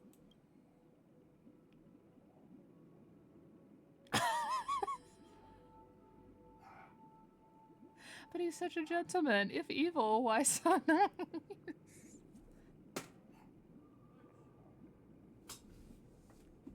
I messed around with him with my peak swag. I'm literally crying. Are you backing out now? We've even dealt with a Lord Ravager of the Destruction, so a follower of the Order won't be a big deal. Anyway, we can't leave the Stellaron unchecked. This is about trailblazing a bright future for Penacony and fulfilling Mikhail's and his predecessors' long-cherished wishes. No, like I said, it feels like Sunday wants someone to prove him wrong. Like going back to the nudge thing, it feels like Sunday's on a cliff and he's trying to decide if he needs to try out his wings or if he will go back to the safety of the cage. Like in this situation, Sunday is the bird. And Sunday is questioning it, and he's like, he needs that nudge. Like that's what I feel, that's what I'm feeling from Sunday's narrative. Also, I didn't know she had like a little flower light back here. That's cool. Now that we've taken up the mantle, we can't afford to fail them. However, the same applies to the Order. Their plan didn't materialize overnight, and they have the profound collective consciousness of the planet of festivities behind them, a desire to dream, to slumber and escape reality. All those hidden emotions have given birth to the sweet dream of the Order. They've harnessed the will of an entire planet to create an eon. This confrontation is far more complicated than a simple power struggle. To secure Penacony's future, fighting on the stage alone is not enough. What do you mean? Are you not coming with us? I believe Firefly is trying to say that she's heading off to another battle. Before I left, the Destiny Slave told me that this journey would bring unforgettable rewards. Even though the script he gave me only had a few lines, I couldn't ignore them. Because one of the lines said, I'll experience death 3 times in the land of the dreams. 3 times? This can't be serious, right? The first time was a painful death when I was stabbed by the Blade of Dormancy, which led to all subsequent events. The script will always come true, but in a way that will only be revealed when that page is turned. So now I've understood the meaning of my second death. And I am prepared to face it. If all goes well, my efforts will provide crucial support for you. Only by achieving victory in this battle can we secure a future for Penacony. And only then, my third and final death won't come true in the most terrible form. The most terrible form? Does that mean... The true death, where everyone in Penacony loses themselves completely in the eternal sweet dream of the Order. We must do everything we can to prevent that. Have you made up your mind, Firefly? Yes. Otherwise, I wouldn't be here. Thank you again for your assistance for the Astral Express. May we meet again, in reality. Yeah. Farewell, everyone. May your trailblazing expedition never end.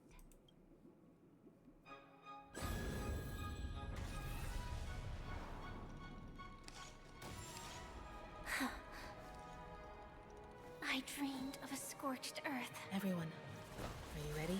A new shoot sprouted from the earth. It bloomed in the morning sun and whispered to me. Like fireflies to a flame, my biggest death. May we meet again in reality.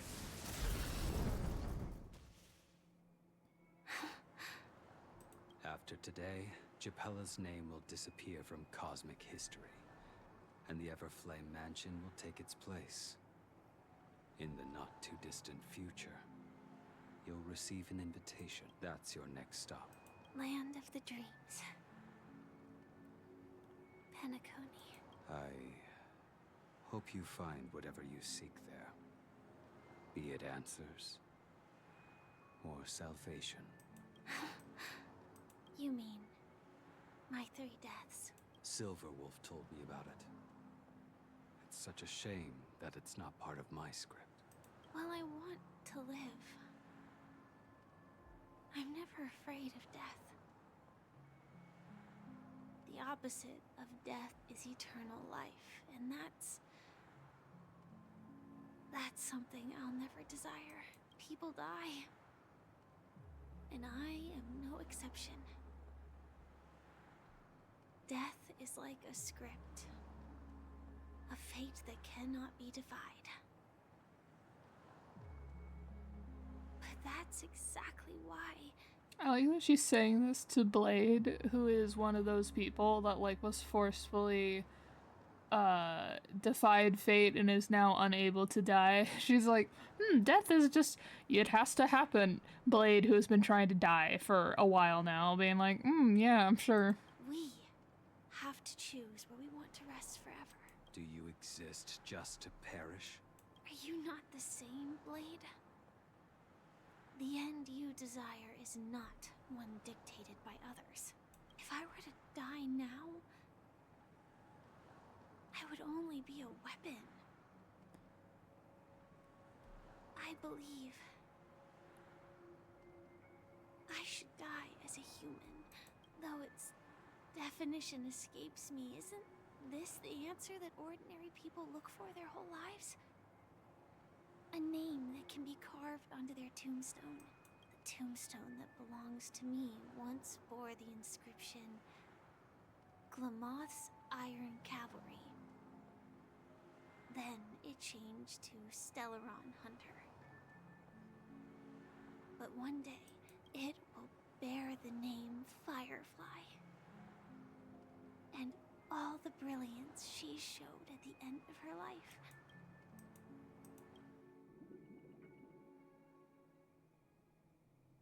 In the meantime, somewhere in Dreamflux Quite Reef. unexpected, old man. Who would have thought your crazy plan would actually work? Do all you nameless fools just act on a whim? I can sense that this false sweet dream is coming to an end. The nameless may be young, but they had the ability to achieve this goal. Just like you did in your time. It's a shame you won't be able to see it firsthand. Maybe I won't either. Once something fictional is seen through, it ceases to exist. Yeah, not just those nameless. Even Mr. Wings is just like you. Stubborn, won't listen or give up, no matter what. Well, fate is unpredictable, I guess. If we weren't bound by those cursed paths, maybe we could have had some good talks. I'm guessing Mr. Wings is referring to Sunday. But in the end, we managed to do it. And now we can find solace. Remember how those idiots cursed us? They said, "Go to hell, you worthless traitors."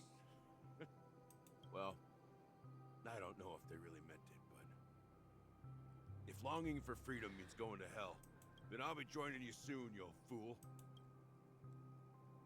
Let's get together and have supper again in hell. Oh, almost forgot. Why are we having these There's one scene more thing. cuts? Here's to you.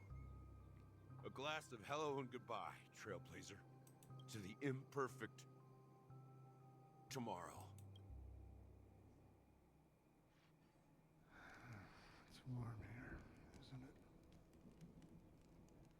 You're lucky to have found shelter from the rain. Let alone fresh berries in this desolate place. I was just following the scent of life. It's particularly strong in a place like this. It's a shame these berries don't have much flavor. Seriously? In case you didn't know, this fruit is pretty juicy.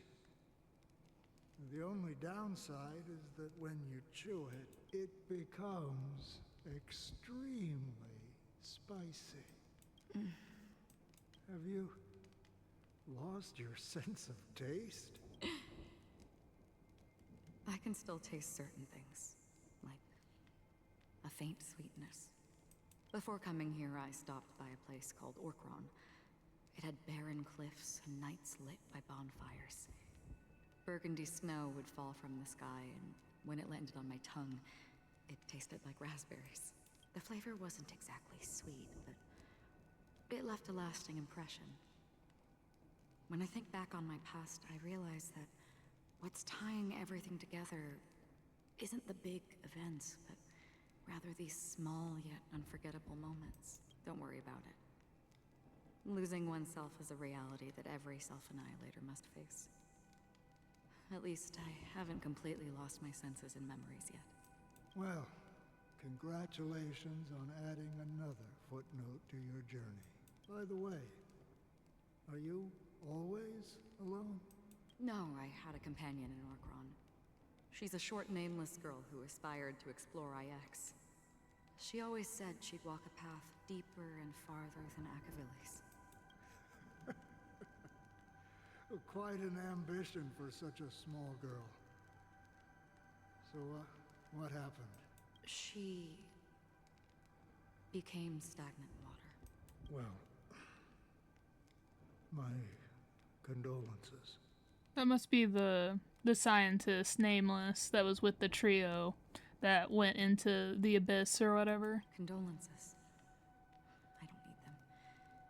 The girl left with a smile. She never regretted her choice and most definitely wanted me to say goodbye with a smile. So, that's what I did. That's proof that you're grieving for her. Or perhaps I'm just afraid. Afraid? I rarely sense that emotion from you. What do you fear? I'm afraid I'll forget the 30 days I spent with her. Just like all the other days in my life. Most of them have already washed away with the rain, disappearing into an unseen realm. I fear that those vivid red memories will fade away too. There isn't much color left. And besides this faint, warm red, there's almost nothing. Which I guess makes sense for her, like, washed out appearance when she's attacking, is her loss of color. Hard to imagine. A ranger accustomed to bloodshed, destruction, and chaos finding warmth in the red color. Because I have experienced this warmth many times. Long ago, I promised someone that I'd bring it to more people. And that for every remaining moment of my life, I'd strive for a better ending for all.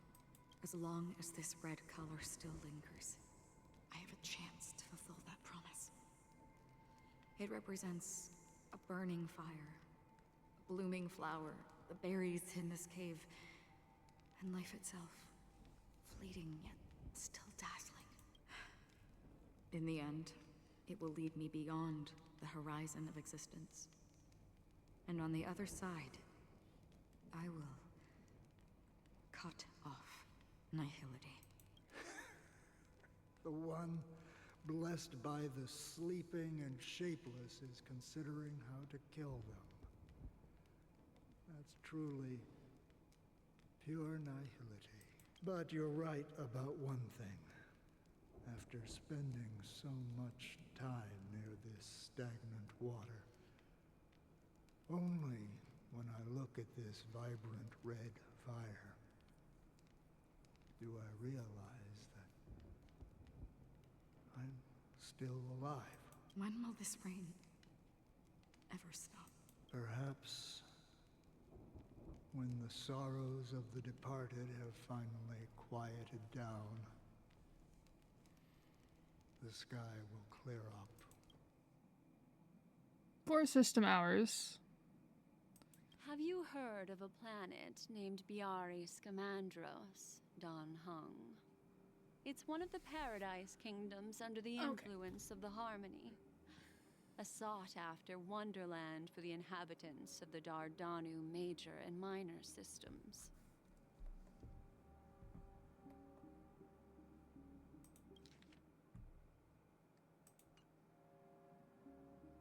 Okay, there's no way to escape out. We've been going for 4 hours, and I'm like, okay, I need to get to a stopping point, but there is no stopping point so far. Half an Amber era ago, the family held an unprecedented festival there. And after that, everyone on the planet became part of the family. Do you think the same thing will happen on Penacony? Yes. Or how else can we explain it? The family deliberately used the Watchmaker's invitation to keep all the Pathstriders here, but banished the Emanator of the Nihility. Because of the Nihility, I'm rarely affected by the power of other paths, but somehow I can unconsciously infiltrate them. Maybe that's the risk they're trying to avoid. I would disagree. Biari Scamandros is not part of the credit system or connected to the Silver Rail. It's nothing more than a remote civilization sheltered by the Harmony. But Penacony is different. If the family messes with Penacony, that would be like declaring war on almost half of the factions in the cosmos. They have no reason to do that. No, they don't. If they truly serve the Harmony, that is. What do you mean? The path in Penacony is impure. The Harmony here has impurities. Do you remember the Ancient Swarm disaster? Tazeront, the propagation, brought endless havoc to the universe, and it eventually evolved into a fierce battle among all eons. 2 paths lost their eons in that war, the propagation and the order. Coincidentally, their downfall is related to a certain eon. Shipe, the Harmony. Legend has it that they participated in the crusade against the Imperator Insectorum and devoured Anna the Order for unknown reasons. Forkeroni. So you're saying that the two leaderless paths are working behind the scenes? But I don't see any descendants of the propagation in Penacony. Could it be that the remnants of Beyond the Sky Choir are hiding within the family, trying to resurrect a fallen Eon? I can't say for sure, but they're definitely planning something for the Charmony Festival. Whoa. Dude, this is getting way too complicated. Is this why you want us to leave Astana right away? Are you giving up? The Charmony Festival will start soon. There's one thing that I need to confirm no matter what. A warp jump is the best way to do so. Time is running out. I have another plan.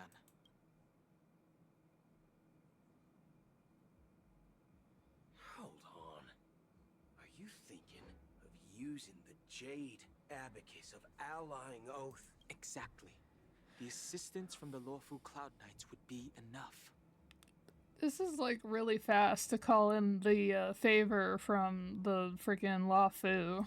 Think it over carefully. You can only use that once in your lifetime.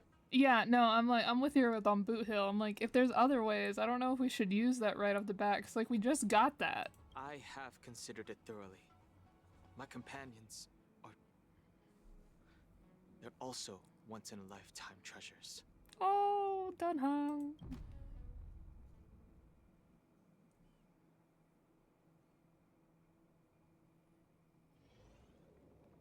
Three system hours until the Charmony Festival.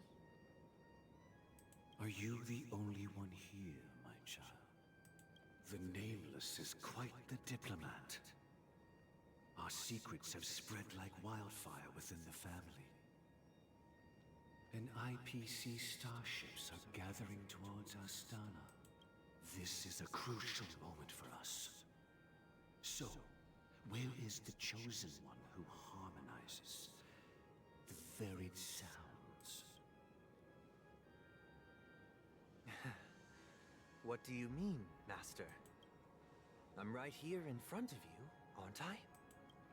You know, she was supposed to be the star of the Charmony Festival. In our plan. But the plan has changed. As her brother, I know she doesn't want to sing for the Order. So I'll take her place. You've always been wise beyond your years. I'm sure you understand the consequences of your choice. If you consider this a betrayal, well, there can't be two suns in the sky. I'll step up and take down the other sun if necessary.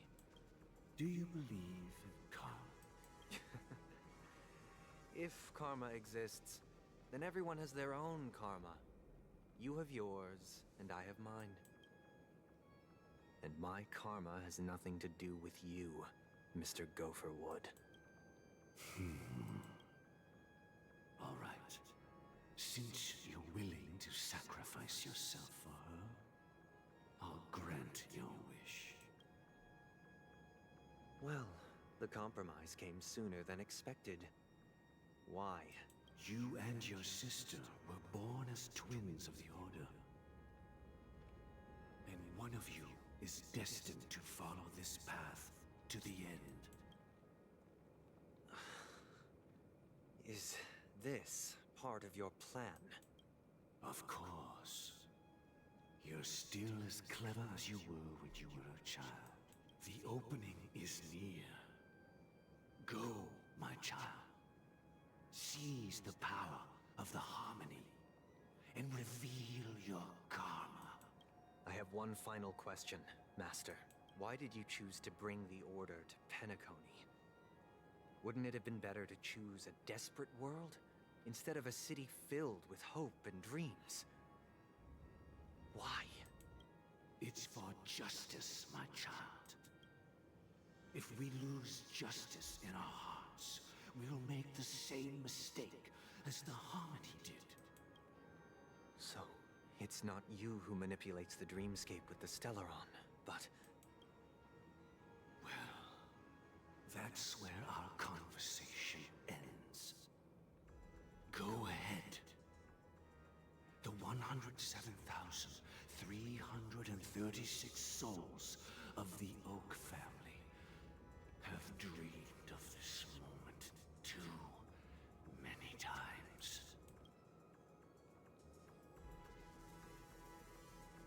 It's giving self-sacrifice. It's giving...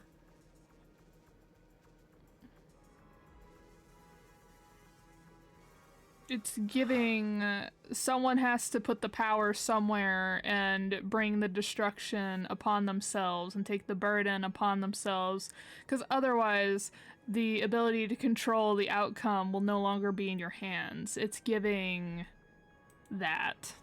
I shall ascend to the heavens, becoming the scorching sun, bathed in my light. My people shall flourish, while all evil shall be eradicated. It's giving performance. Performance for who? I don't know. This is the interior of the Penacony Grand Theater. It's quite exhilarating to be flushed into the air by Soulglad. But why is the venue still closed when the Charmony Festival is about to start?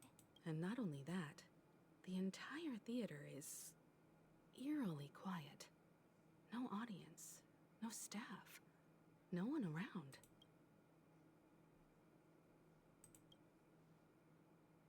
Even if we're late, a grand theater like this shouldn't be completely empty.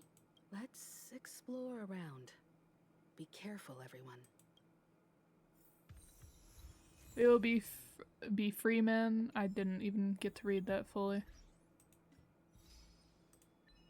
We will be free men as our fathers were. Continue the unfinished journey of the last nameless at Penacony. Okay. Considering that he has essentially evacuated everyone.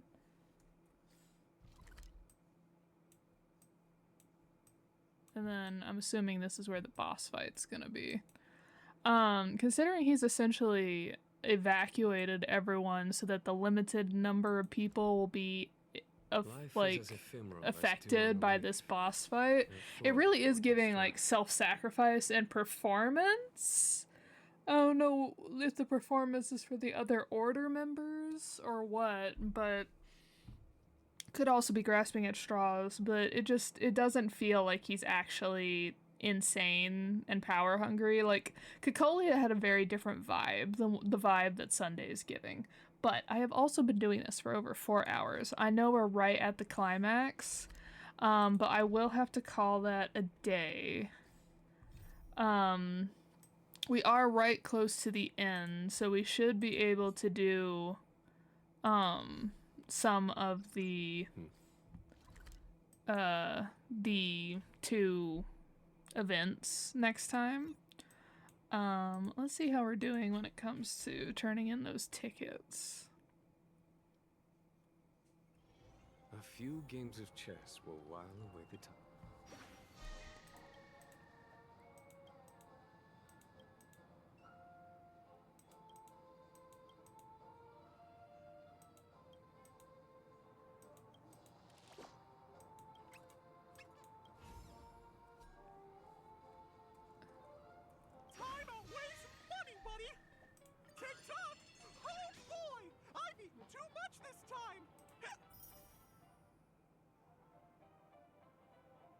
Oh, Shadow of Harmony. Okay, so we got some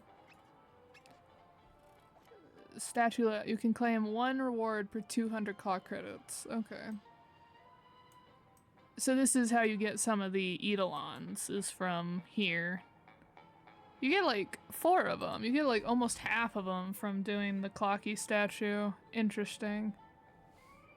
Characters. This one, this one. Unknown to each other, yet united in purpose. We make the same choices. Interesting. Okay.